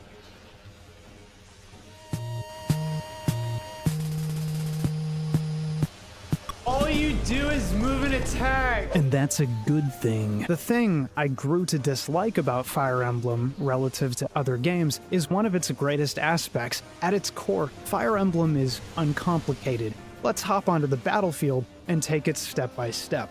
When you place your units in Fire Emblem, you can optimize for fast runs, or arrange your army with meat shields in front and healers in the back. Any number of combinations, but most of the time, it doesn't matter. You can get away with being inefficient because Fire Emblem is not chess. It's not that sharp. Your squad is big, or gets big enough, and resembles more of a jagged ball than a Roman legion. The basic goal is moving your army into enemy units and attacking, or letting them come to you and reacting. Like how you treat Jehovah's Witnesses, the big retaliatory strike. Either strategy can work, but Fire Emblem's computer is not particularly intelligent, meaning that your foes will often funnel forwards and break themselves upon you or allow you to collapse in. It can be more dangerous bothering to move. You have to read over the list of enemies, check what they're equipped with, if any of them might have a favorable matchup against one of your units, if an enemy mage can pelt you with long-range magic, but that's no big deal. At least in the early stages, one bad combat won't outright kill most units, and even still, having to read a little information is the tactical equivalent of checking your rear-view mirror, which sounds easy, unless you've driven on the highway. Fire Emblem is flat. I use the term strategy RPG instead of TRPG or tactical RPG because there is no meaningful physicality to these games, things readily apparent in FFT and Gungnir. Your arrows can't collide with terrain, you can't be swept down a river. It doesn't matter where your units are facing to prevent back attacks and things because they're always staring straight at the screen. At you. Forever. You don't have to worry about the physical world being complex, you just have to mine the tiles. Forests give higher evade rate, same with mountains and ocean tiles, and the rate of evasion on a square generally scales with how much they reduce movement. You can't plow through forests or barrel through mountains. Most units can't cross the sea. Occasionally, the player is asked to handle doors, chests, and even traps, but these aren't particularly complicated either. Most of the tactical engagement on offer is a series of if-then statements. You know, if I move my soldier here, then he gets domed with a bow. If I eat 3 chili cheese dogs, I'm dead. You know the score. But even more comedically reducible is combat. Combat is so simple, its core mechanics are covered in preschool. The weapon triangle. Swords beat axes, axes beat lances, and lances beat swords. Other weapons are part of other weapon triangles in other games. It may not logically follow, at least in real life, that these weapons have this kind of relationship. Spears easily skewer the bulk of the competition, but we can slightly abstract the concept to understand it better. Swords are the purview of lords and those engaged in the art of swordsmanship. Mercenaries, sword masters, they care about the blade more than they care about armor and efficiency, hence the light weapon. And so they may lose to a well-trained, well-armored cavalier or knight. That sword won't cut very deep. This is hard mode, by the way. I haven't been able to crack him, but rocket launcher seems to be the fucking best until for some reason the rocket launcher just doesn't hit, and it's just like, but why though? It literally hit before, so it's like, okay. Through plate mail, and the lancer only needs a couple clean hits. Lances are wielded by those stately folk with military aspirations and training. The spear is the perfect dweeb weapon, honed to peak efficiency to puncture any would-be aggressor on the field of battle from a safe range. Of course, such a person is unaccustomed to dirty fighting, guerrilla warfare, and might be ill-equipped for the slinking lowlife leaping out of the trees and taking them down with their log splitter. The axe wielder fights with what he has, too busy scraping out a life to worry about petty things like proper form or honor. The axe wielder can eat softer combatants alive, people who haven't suffered the way they have, but may lose to someone well-suited to battle, a well-placed strike, someone daring enough to wade onto the battlefield with only a sword, the only protection, their own skill. In anime at least, Chuni beats necessity. There are other weapons. Bows don't have similar strengths and weaknesses because they're not direct combat weapons. They fire at range. Flying units are picked off by arrows. Many physical units are obliterated by magic users, not because of dealing extra damage, but rather physical units often having lower magic resistance. But while they can dish it out, they can't take it back. Fringe. Magic has its own triangle with its own internal lineage in the series, but it's less relevant to regular battle because magic is simply more rare. Many new weapons were added over time, and the concept has been interrogated at a fundamental level over the course of the series, but It's over. It's over. It finally fucking died. Oh my god, bro.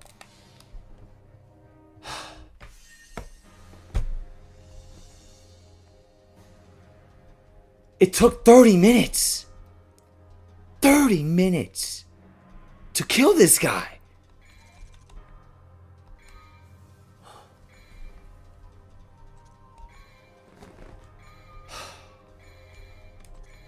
And I have 2 more missions before this.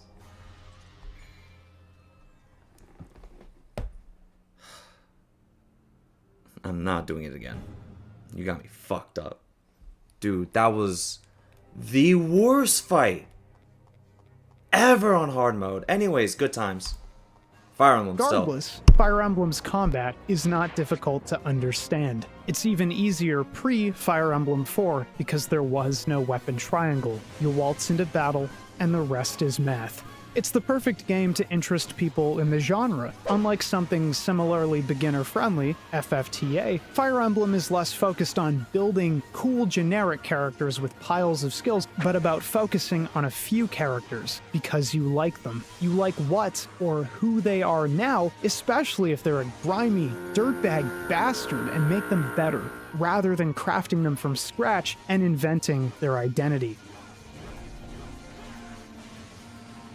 Fire Emblem characters are designed to fulfill the mechanical necessities of a Fire Emblem game. One wonders if they are designed top-down or bottom-up. That is, if the visual of the priestess precedes the mandated Fire Emblem need for the priestess. How many outfits should Ike's sister have? How critical is it that we draw her feet? Or if one particular character ends up warping the entire game around their individual concept. I'd argue it's more the latter. Fire Emblem is known for maintaining a well-established, even formulaic set of design principles. Just how anyone who's watched any amount of Seinfeld could construct a series of parody exchanges between Jerry and George, anyone who's played any amount of Fire Emblem can arrange the necessary pieces and make Fire Emblem. They did. They do. But Fire Emblem is not a traditional strategy title, at least how prehistoric gamers might conceptualize of them. It was bold, maybe too bold, for featuring no truly generic units. Your army is a pack of real, in-universe humans you collect along the way, a ragtag tumbleweed of concerningly beautiful people. But that distracting aesthetic is an important narrative point. Only beautiful people can break molds and change things, even if the beauty, realistically, comes from their incredibly high-strength stat. They're unique, worthy people. There is no generic fighter, there's Dorcas. There is no generic cleric, there's Sarah.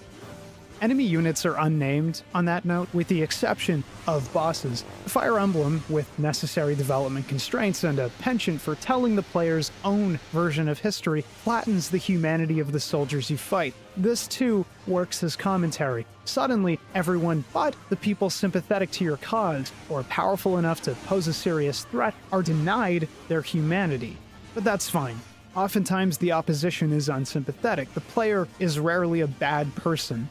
Though I do think there's a point where low-grade Fire Emblem villains kind of become less sympathetic, less humanized, as it were. You know, Fire Emblem is the series that gave rise to the term Village Burner the Bandit. You know, maybe they should be unionizing for equitable plot treatment. Regardless, it's the human faces that make Fire Emblem what it is. You feel them, place them, fight with them, compare and contrast. You develop a mechanical understanding, as well as a narrative understanding of any given character. Sane sure does damage, but Kent is so much more consistent. I guess I'll have to pick neither. Simply playing Fire Emblem encourages deeper thought about Fire Emblem. You learn soldiers' backstories through their various introductions and relevant cutscenes, get samples of their personalities told through support conversations, and develop interest. You come to favor some characters over others, especially where two characters of the same class appear in the same game. Matthew is,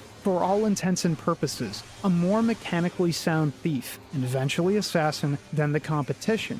At least if you feed him XP and actually intend to level an assassin that isn't strong out of the box, like Jafar. And that's why I can tell you, with the straightest possible face, that Legault is the best thief in Fire Emblem 7. Believe it, be incorrect, and say it anyway. Because he is. And if you dislike him, you are wrong. That isn't my problem. Personality is something that came to Fire Emblem with practice. Take a minute to consider Maji and Saji, or as the English audience knows them, Board and Cord, a pair of fighters acquired at the start of the second mission of the original Fire Emblem game. There's only so much experience to go around. The game hands you two fighters. What do you do? Board and Cord are nearly identical, minus some statistical minutia. They have as much personality as their names suggest. They're handed to the player to fulfill a mechanical role, meat shields you may or may not decide to bother with, and a narrative role, members of a mercenary captain's squad. When asked whether to focus on Board or Cord, the answer is obvious. Neither, because the game hands you, at the same time! Barst, a superior fighter, and Ogma, a highly useful mercenary. But through Board and Chord, we see the beauty of what Fire Emblem can be. Players can decide that, Ogma's kind of overrated, and stick with a hipster pick, like Chord, or just keep them until they're picked off. You control the buttons you press, and Fire Emblem is very willing, outside of the main character, to let you shape your army. Like any good war story, the boards and chords of every Fire Emblem game illustrate that war isn't all princes and pegasi. Completely regular people need representation, and beyond that, you have a hand in the story now. Fire Emblem is about war. War is about people. And so the player buys in to whatever facet of humanity they gravitate towards most. Did it again. The mobile Fire game DMC, Emblem I would is a rather play the class mobile game war, of DMC than and play not DMC2. always in the strict sense. I'd argue the class system is the real buy-in point for many players, because character classes are integral to player identity in Fire Emblem. Every combat-viable character has a stat spread: strength, skill, speed, defense, etc., and these numbers define a person mechanically. A fighter might have high HP and strength but low speed and low skill, making them okay at surviving attacks, and great at dealing damage, but only if they can hit their target. An old priest might have low HP and defense, but high magic and resistance, and critically, the ability to heal. The priest is therefore defined by how easily they're stomped into a puddle of goo on the battlefield, but also their undeniable utility. So the player innately understands that the fighter goes up front with the cleric in the back. If the fighter takes too much damage, the player can rush the cleric in for a heal or pull the fighter back. The mechanics are simple and buy the player into the gameplay framework. It doesn't take a tactical mastermind to figure out. Like Fire Emblem 7 insists, you may indeed be a brilliant tactician, and nobody's there to say otherwise. But really, we're all playing Fire Emblem for those sweet class promotions. Imagine a world where we can grow and change.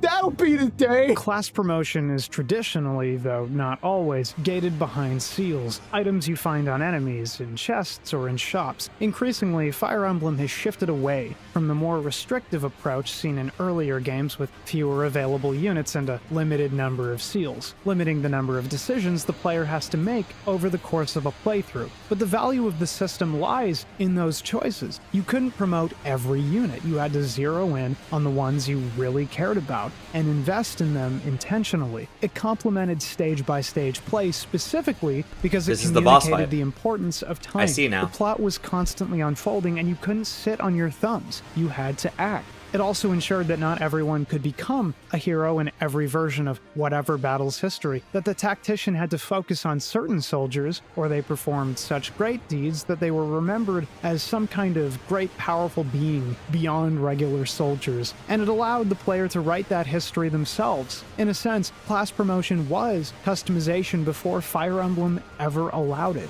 This time I'll run Board.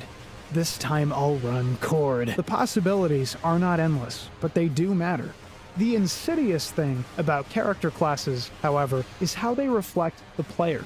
A lot of YouTube videos and forum posting is dedicated to optimal Fire Emblem play. Conventional modern wisdom would have you believe that Swordmasters are bad units, or lesser units, because they lack the raw utility of paladins. For example, a swordmaster can only walk so far, where the paladin blazes through the battlefield. A swordmaster is often smaller, physically, than a paladin, meaning a paladin can rescue more units, and retain their movement after the rescue, allowing them to jog off a distance because of their horse. Paladins, by the numbers, are more useful than swordmasters, even having access to more than one kind of weapon. It's just that none of that posturing could ever matter for any reason on the planet Earth. I was shocked when I heard from the Fire Emblem think tanks what I was missing out on. It never occurred to me to field a majority of Cavaliers and eventually Paladins because, frankly, I thought the sprite was ugly. And I liked Myrmidons, fighters, mercenaries, and other units more. They were cooler, more interesting combatants. The image of a really cool guy wandering onto the battlefield outweighs anyone who needs something as crutch-like as a horse.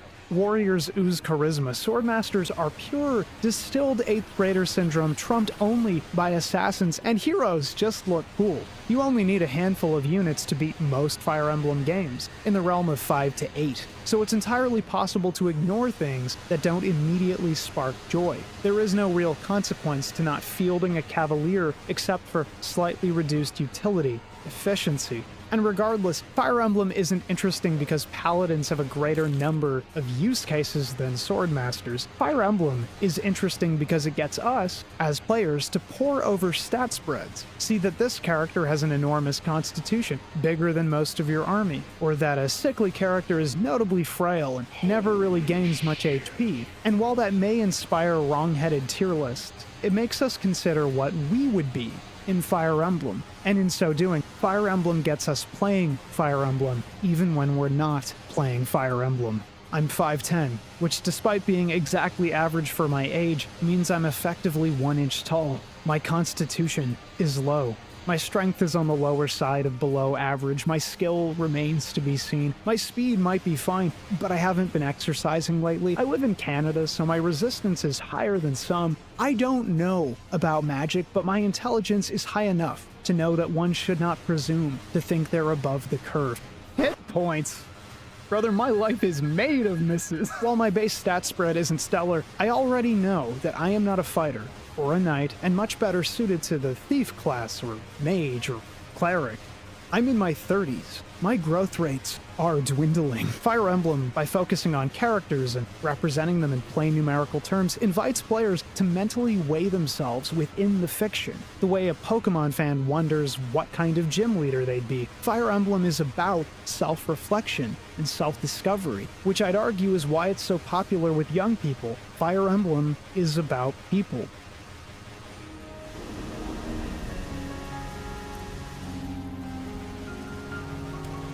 RPGs depicting conflict between nations, aka war stories, are some of my favorite video games. They can feel raw and real in a way that Glupo's Idiot Quest can't. Though if we want to be serious, Glupo's Idiot Quest was foundational to the Scrimblow fandom. Fire Emblem is a war story series. They depict fictional, historical battles between nations, and that makes them exceptional vehicles for poignant commentary, while the weight and impact of the messages can range wildly between entries. I don't think anyone would argue that Fire Emblem Fates is as thematically heavy as Fire Emblem 4. They all maintain an earnesty and willingness to engage with the human condition that elevates them in the medium at a narrative level. It's easy to forget, and especially for casual passersby, that Fire Emblem is very loud. Path of Radiance and Radiant Dawn, or the Ike games, are exceptional for making direct, pointed commentary about prejudice and undue racial tension. Quote, when everyone discovered Ranulf was a Laguz, all those people, they changed, just like that. Up until that instant, they'd seemed like such kind and decent people. I had no idea pure prejudice against the Laguz was so strong. Why did I hate them so much? How are we so different, Ranulf and I? Honesty doesn't come by video games. Well, it's a medium strapped with publisher interests, a need for maximum palatability, the broadest possible audience. But Fire Emblem's historically been willing to say things that matter. Beyond using main story cutscenes as an acute observation cannon, the games illustrate concepts like wealth and class disparity, the weight of tradition and parental expectations, trauma, abuse, and healing. And these are all easy slam dunks because they're deeply human problems, real problems, things any given player might deal with. After all, war is waged by human beings. A war story is just a story about people. It makes the series mildly more relatable than others in the genre, and partially because of the support system, characters can speak to each other in different ways in different games, generally by standing near them for turns on end, and these are opportunities for the willing staff to handcraft glimpses into the lived lives of citizens in any Fire Emblem universe. There are so many unforgettable Fire Emblem support conversations. Rolf and Toronio explaining the past general's ex-wife and his entire life falling apart while he pursued his career. Legault and Matthew, Legault discussing his past time with the Black Fang, being a criminal who realized he needed to get out. So many deep and impactful conversations. There's still room for silly ones. There's still room for mundane ones. There's play. There's humanity. underpinning all of it, which is ultimately the trick, having the players stumble across the humanity of their army, the faces behind the classes. I hope these examples illustrate why Fire Emblem Awakening and Fates were so alien to me on first pass, regardless of what changed in localization, and it was a lot. The people in charge of directing a financially failing franchise saw fit to pander to, presumably, a younger, dumber audience, deciding to crunch down multiple characters from person with a history that you meet on the field of battle to quirky individual, easily reducible to a single phrase, with some personality left over if you go digging. It's not that Gaius has no personality or history, or that he's just the Candyman, even if most of his supports suggest it. So completely riddled with puns, such that regardless of the context, he becomes the Candyman because the game won't let you forget it. It's not that Kellum is without humanity, a stone. It's just that the whole Kellum concept, the mysteriously, despite being large, I'm apparently invisible to everyone and this weird running gag never leaves my supports thing, is so overdone. It's crispy by the end. Fire Emblem characters historically were written like this to an extent, but never so flagrantly. Lucius was often mistaken for a woman, and that was supposed to be a gag. But he's got plenty of sincere conversations regardless. Legault is kind of a flirt and kind of a scoundrel, but he's got a genuine history with the antagonists. Older characters were not crunched down into instantly marketable packages, so you'd have some easy way to remember their personality before getting to the meat. You know, Dorcas isn't presented with a character quirk. He's trying to make money for his sick wife. On one hand, the Awakening brand of packaging is understandable. It means you do have to dig past the surface to uncover the character, carefully unwrap. I beat the final boss finally. It's just so immediately twee, it's hard to forgive. I'm free. I am free. It's over. It's finally done. This stupid monster. Oh, right.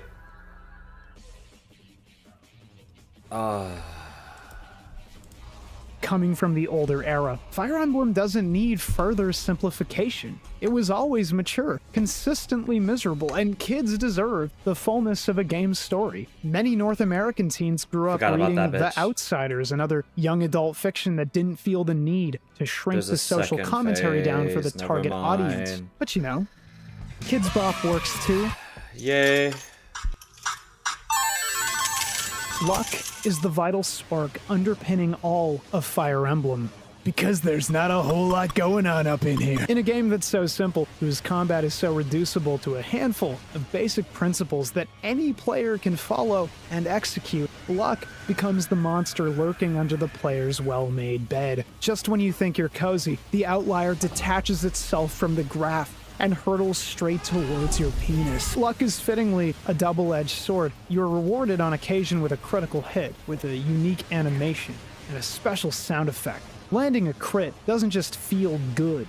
It feels like Pop Pop winning the lottery after bad legislation hobbled his pension before retirement. And the devs made sure of that. The GPA generation took special interest in striking, impactful animations which even break the fundamental laws of human nature. That warrior simply did not spin that many times. That hero simply cannot jump that high. But damn, it looks good. And it keys into the very Fire Emblem need to celebrate your army, affix great mythical deeds to people, writing your own legendary war story. Critical hits are just tall tales, animated. However, enemies can crit as well. It's rare, but much more common on higher difficulties, which is a shame. Luck doesn't make for a great tactical consideration, something that hard mode players presumably care about, the way one should not plan their life around actually winning the lottery. But the system needs danger still. Players have all the tools in the world. They can position their army in a way the AI can't. They can choose to play passively or aggressively. They can field an assassin. The player can and will rescue their own units, load them with healing items or fundamental rule rewriting equipment. The player can spend every available stat-boosting item on a single, now godlike juggernaut. With so much community writing dedicated to optimizing the difficulty out of the experience, luck and some mechanical complications introduced in later games are the last bastions against outright player dominance. Of course, luck isn't fun unless it's benefiting the player. Nobody takes a crit and nods sagely like, ah yes, I enjoyed Nino being vaporized for free regardless of my tactics. Incredible work, devs. Incredible! But the developers knew that sometimes shit happens, and to resist the player getting too comfortable with their strategy. Luck also factors into character level ups. Units don't progress in a linear fashion exactly. Every character has a set of growth rates for any individual stat that trigger upon level up. You can get a full spread. You can get nothing. Happy Halloween, motherfucker. But this again is part of the narrative genius of Fire Emblem. War is messy, war is complex, and the campaign rolls forward regardless of who's ready for it. Luck and stat growths are an abstraction of the very real truth that our progress as humans is not linear. Sometimes we regress, sometimes we try our best and only seem to fail. Getting 0 stat points on level up stings, but this too is empathy.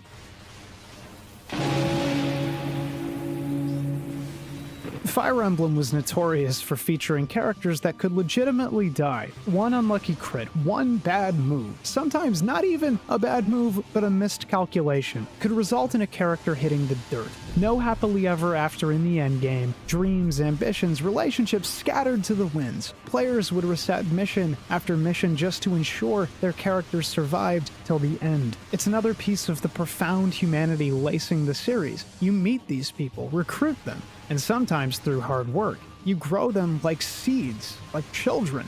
So how could you ever let them die? Permanent death is integral to the narrative experience of Fire Emblem. It's an admission that the player is not a perfect tactician, that war costs lives. It's an illustration of the raw and real fact that it takes human beings to win wars, even in a fantasy universe where, conceivably, a wizard could destroy a castle with a particularly large fireball.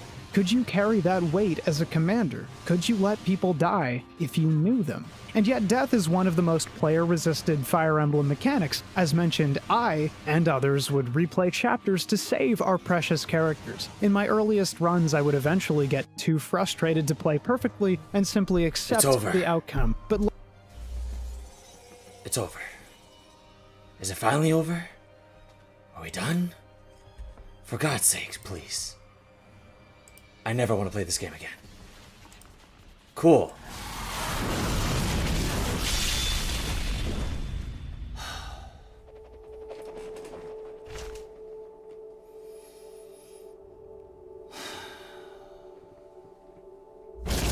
Thank you, baby.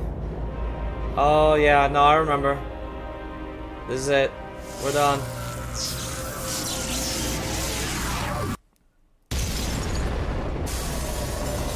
Finally. I'm free. It's over. I hated every single fucking second of this game. Yeah. Let's go all the way to hell. Again. For the third time.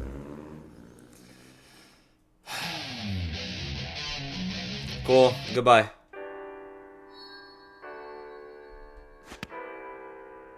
Devils will cry. My job is hunting devils. Yeah. Devils never cry. He sounds so bad, chat. I know. He did the same thing. Oh my god, that was so fun. 10 out of 10 experience. Thank you, K-Bash. My favorite fucking guy. Sparta He helped me. Helped me get through this.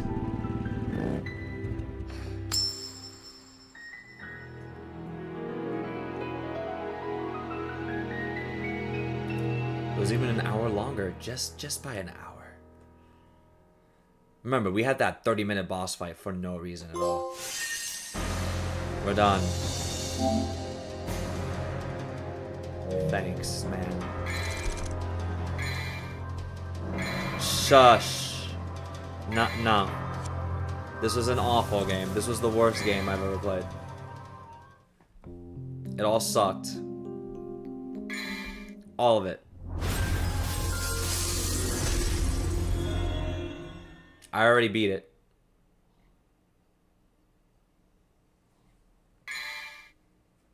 No, I'm playing this on PS5. Yay! We got Trish. Look at that. I can't believe it. She's playable. Oh my god. This is why you played 2 characters. Now do Trish. I ain't doing Trish. Doesn't he show up in Shin Megami Tensei 3 after this? Yes. Yes, he does. I'm not gonna do the whole game. We're gonna look at her moveset. Shut up, game.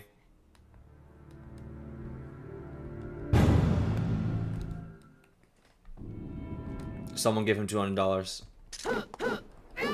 Devil May Cry 1. Devil May Cry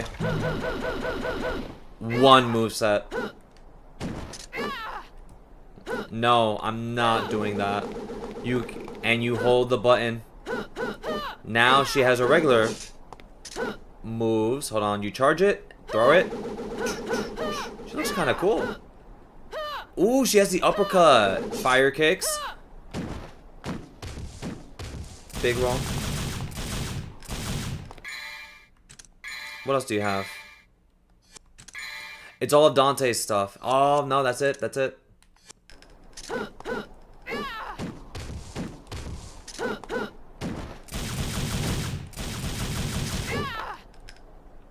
Yeah.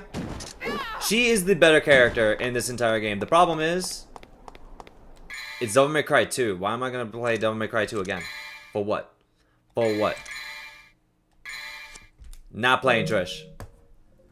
We're done. We are done. It's over. She's done. I'm done. Going back.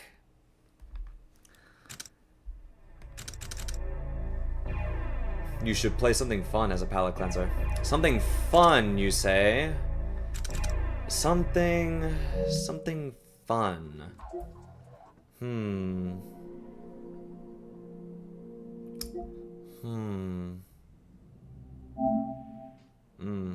Like Fire Emblem? Oh, that's crazy.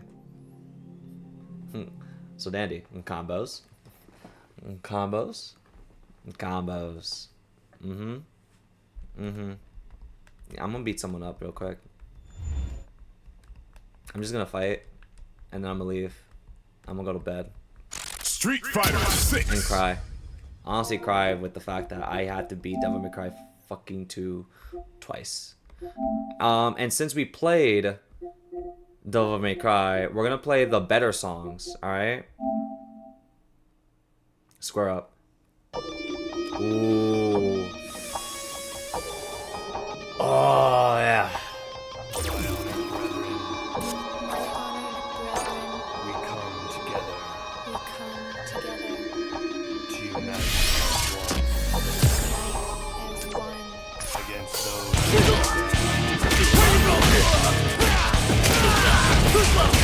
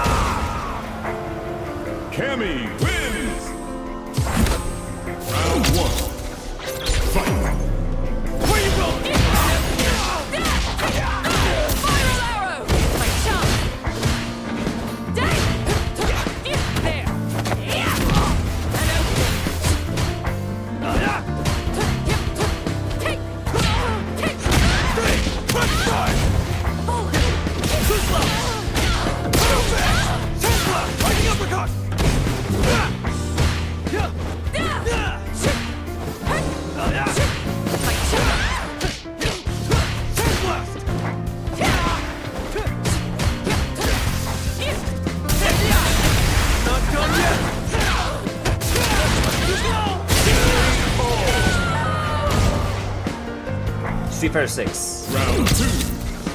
Fight!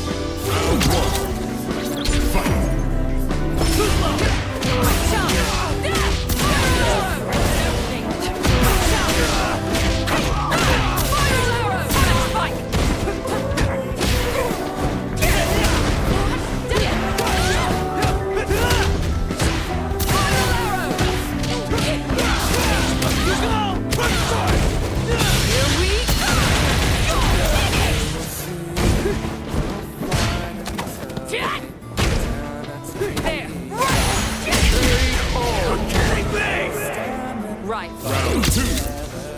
Fight!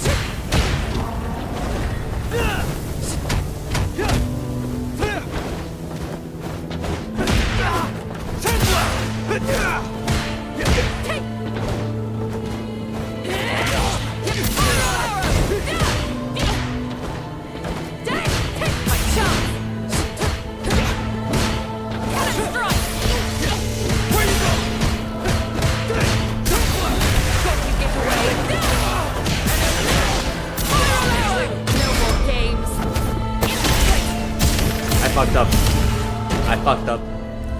I missed on the combo. One combo.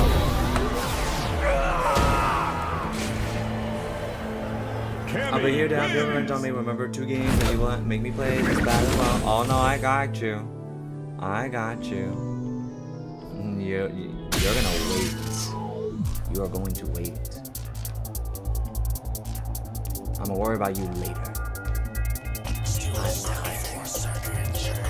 Here comes a I need at least for something before I leave. I'm going.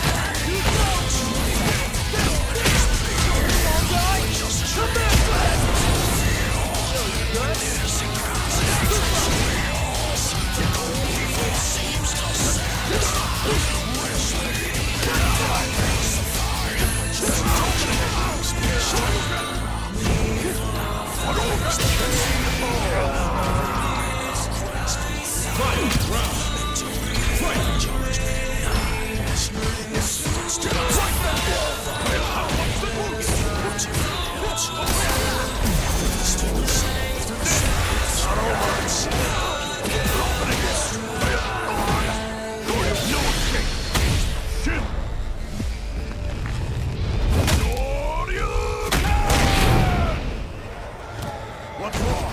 Get up! Right there! KO! Ryu wins! Round 1. Fight!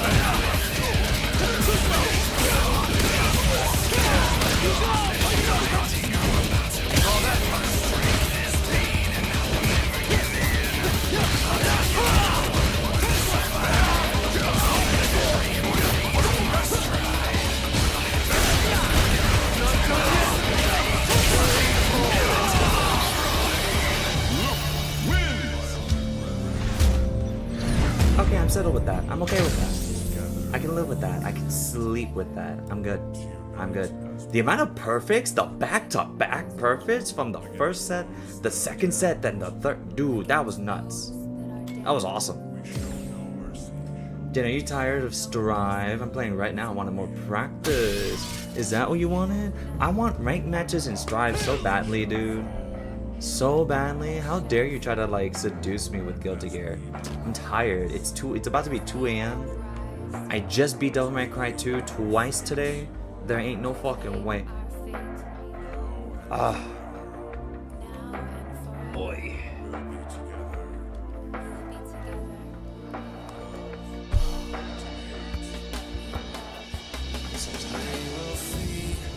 So tired. It'll be fun, I know. I know it will. 2 a.m. is prime time. Why do you always fight me when I'm like at my lowest, bro? I'm like literally at my lowest. I'm tired. I need to take a shower again. Lay my eyes down. It's too many. Because I know you went out of the You'd know I'm... Oh yeah, that's right, because you are not able to beat me consistently in Guilty Gear. But right now, we have to come back to that. What's it called? You have to play Mafia and Trails from Zero. Chat, he's instigating. I'm not instigating. You're the one instigating, trying to get me down when I'm sleeping. Right now I need to do Happy Man a favor and actually like do his game that I promised him that I would do for his birthday. And since it's 10 hours long, 10 to 12 hours, might as well do it. Since I have nothing to do Thursday, and I'm not going to the gym because me and my homies called off on that, since we are actually like in pain from top to bottom. And yeah, might as well just have a homie day, just chill.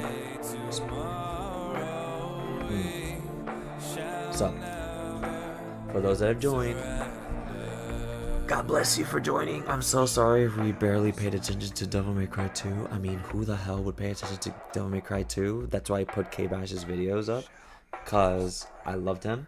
Oh, Dark Arrow, you're still here. Okay. I already got your 2 games. Alright? Here's your first game. You get back here. Your first game to beat is Suicide Squad. Do you have Suicide Squad on your library right the hell now? I need to hear this. I need to know. You're gonna beat Suicide Squad then. PlayStation Plus. Ah, that's right. It is on PS Plus. Alright, so that is your next game. Go play Suicide Squad and... Ooh.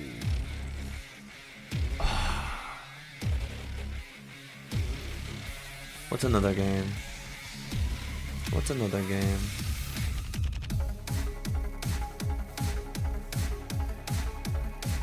I won't even know what's the next bad game, honestly. There's another bad game, but I doubt you'd have it.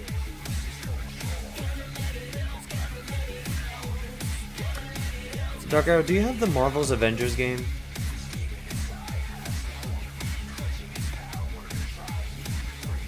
I don't know if you do. No. Okay. Well, that's impossible to get now, so. That sucks. Oh, I think we have it on PC. We definitely do have it on PC. I have it on my PS5. I bought it. Oh, I have this song. Oh, this song is best. This song's the best.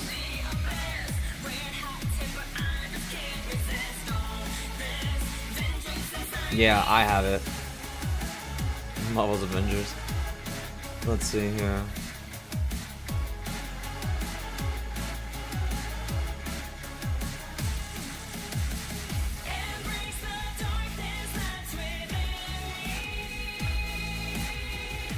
Yeah, that's kind of tough. I don't really have bad games. I'm trying to think on the top of my head. What are other bad games?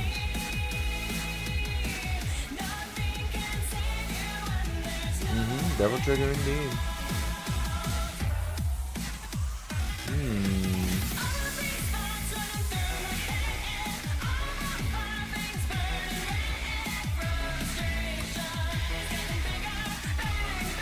Dark Arrow, do you have Siren?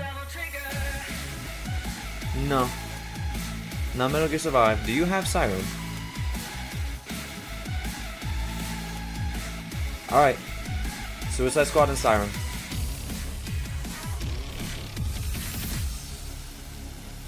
Final Fantasy X, you're a liar.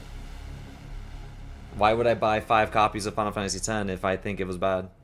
Though I hate the story. Wait, why Siren? Did you play Siren?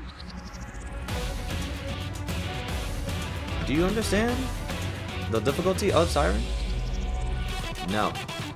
Oh, you don't. Have fun. Go play Siren.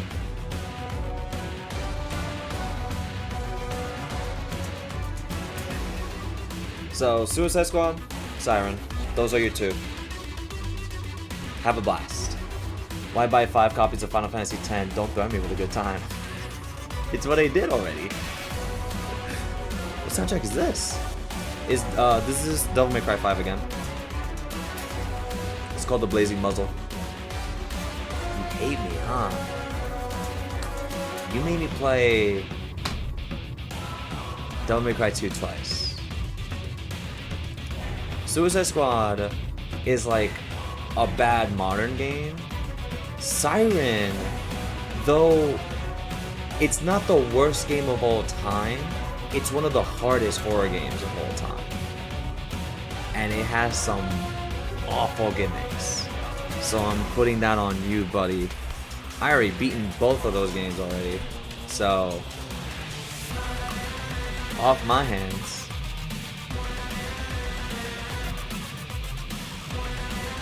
Now then, now that I'm done, I'm going to bed. And again, I'll be back streaming tomorrow. The Worst Part of Suicide Squad is officially finished. Yep, and you're doing all of it. Not 100%ing it, but you're just beating the story. Tomorrow I'll be back. I will be playing Mafia 2 starting in the morning. I'm not going to start from the beginning. I'm going to be continuing Mafia 2 in the morning. I have a surprise for press start, but I'm not there yet, so. Yeah, 4 new characters, and they all have their own stories too.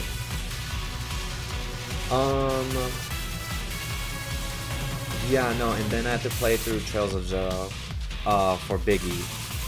Oh, surprise. We're not there yet, buddy, but we'll get there. Yeah, I do. Yeah, I do. If I told you 100%, I would despise you, but I don't. Just beat the game with the characters. It's not 100%ing it, but might as well have. All loves, homie. Thank you for the 100. Until then, I'm going to bed. God damn it. It's been a long day. But yeah, Mafia 2, Trails from Zero.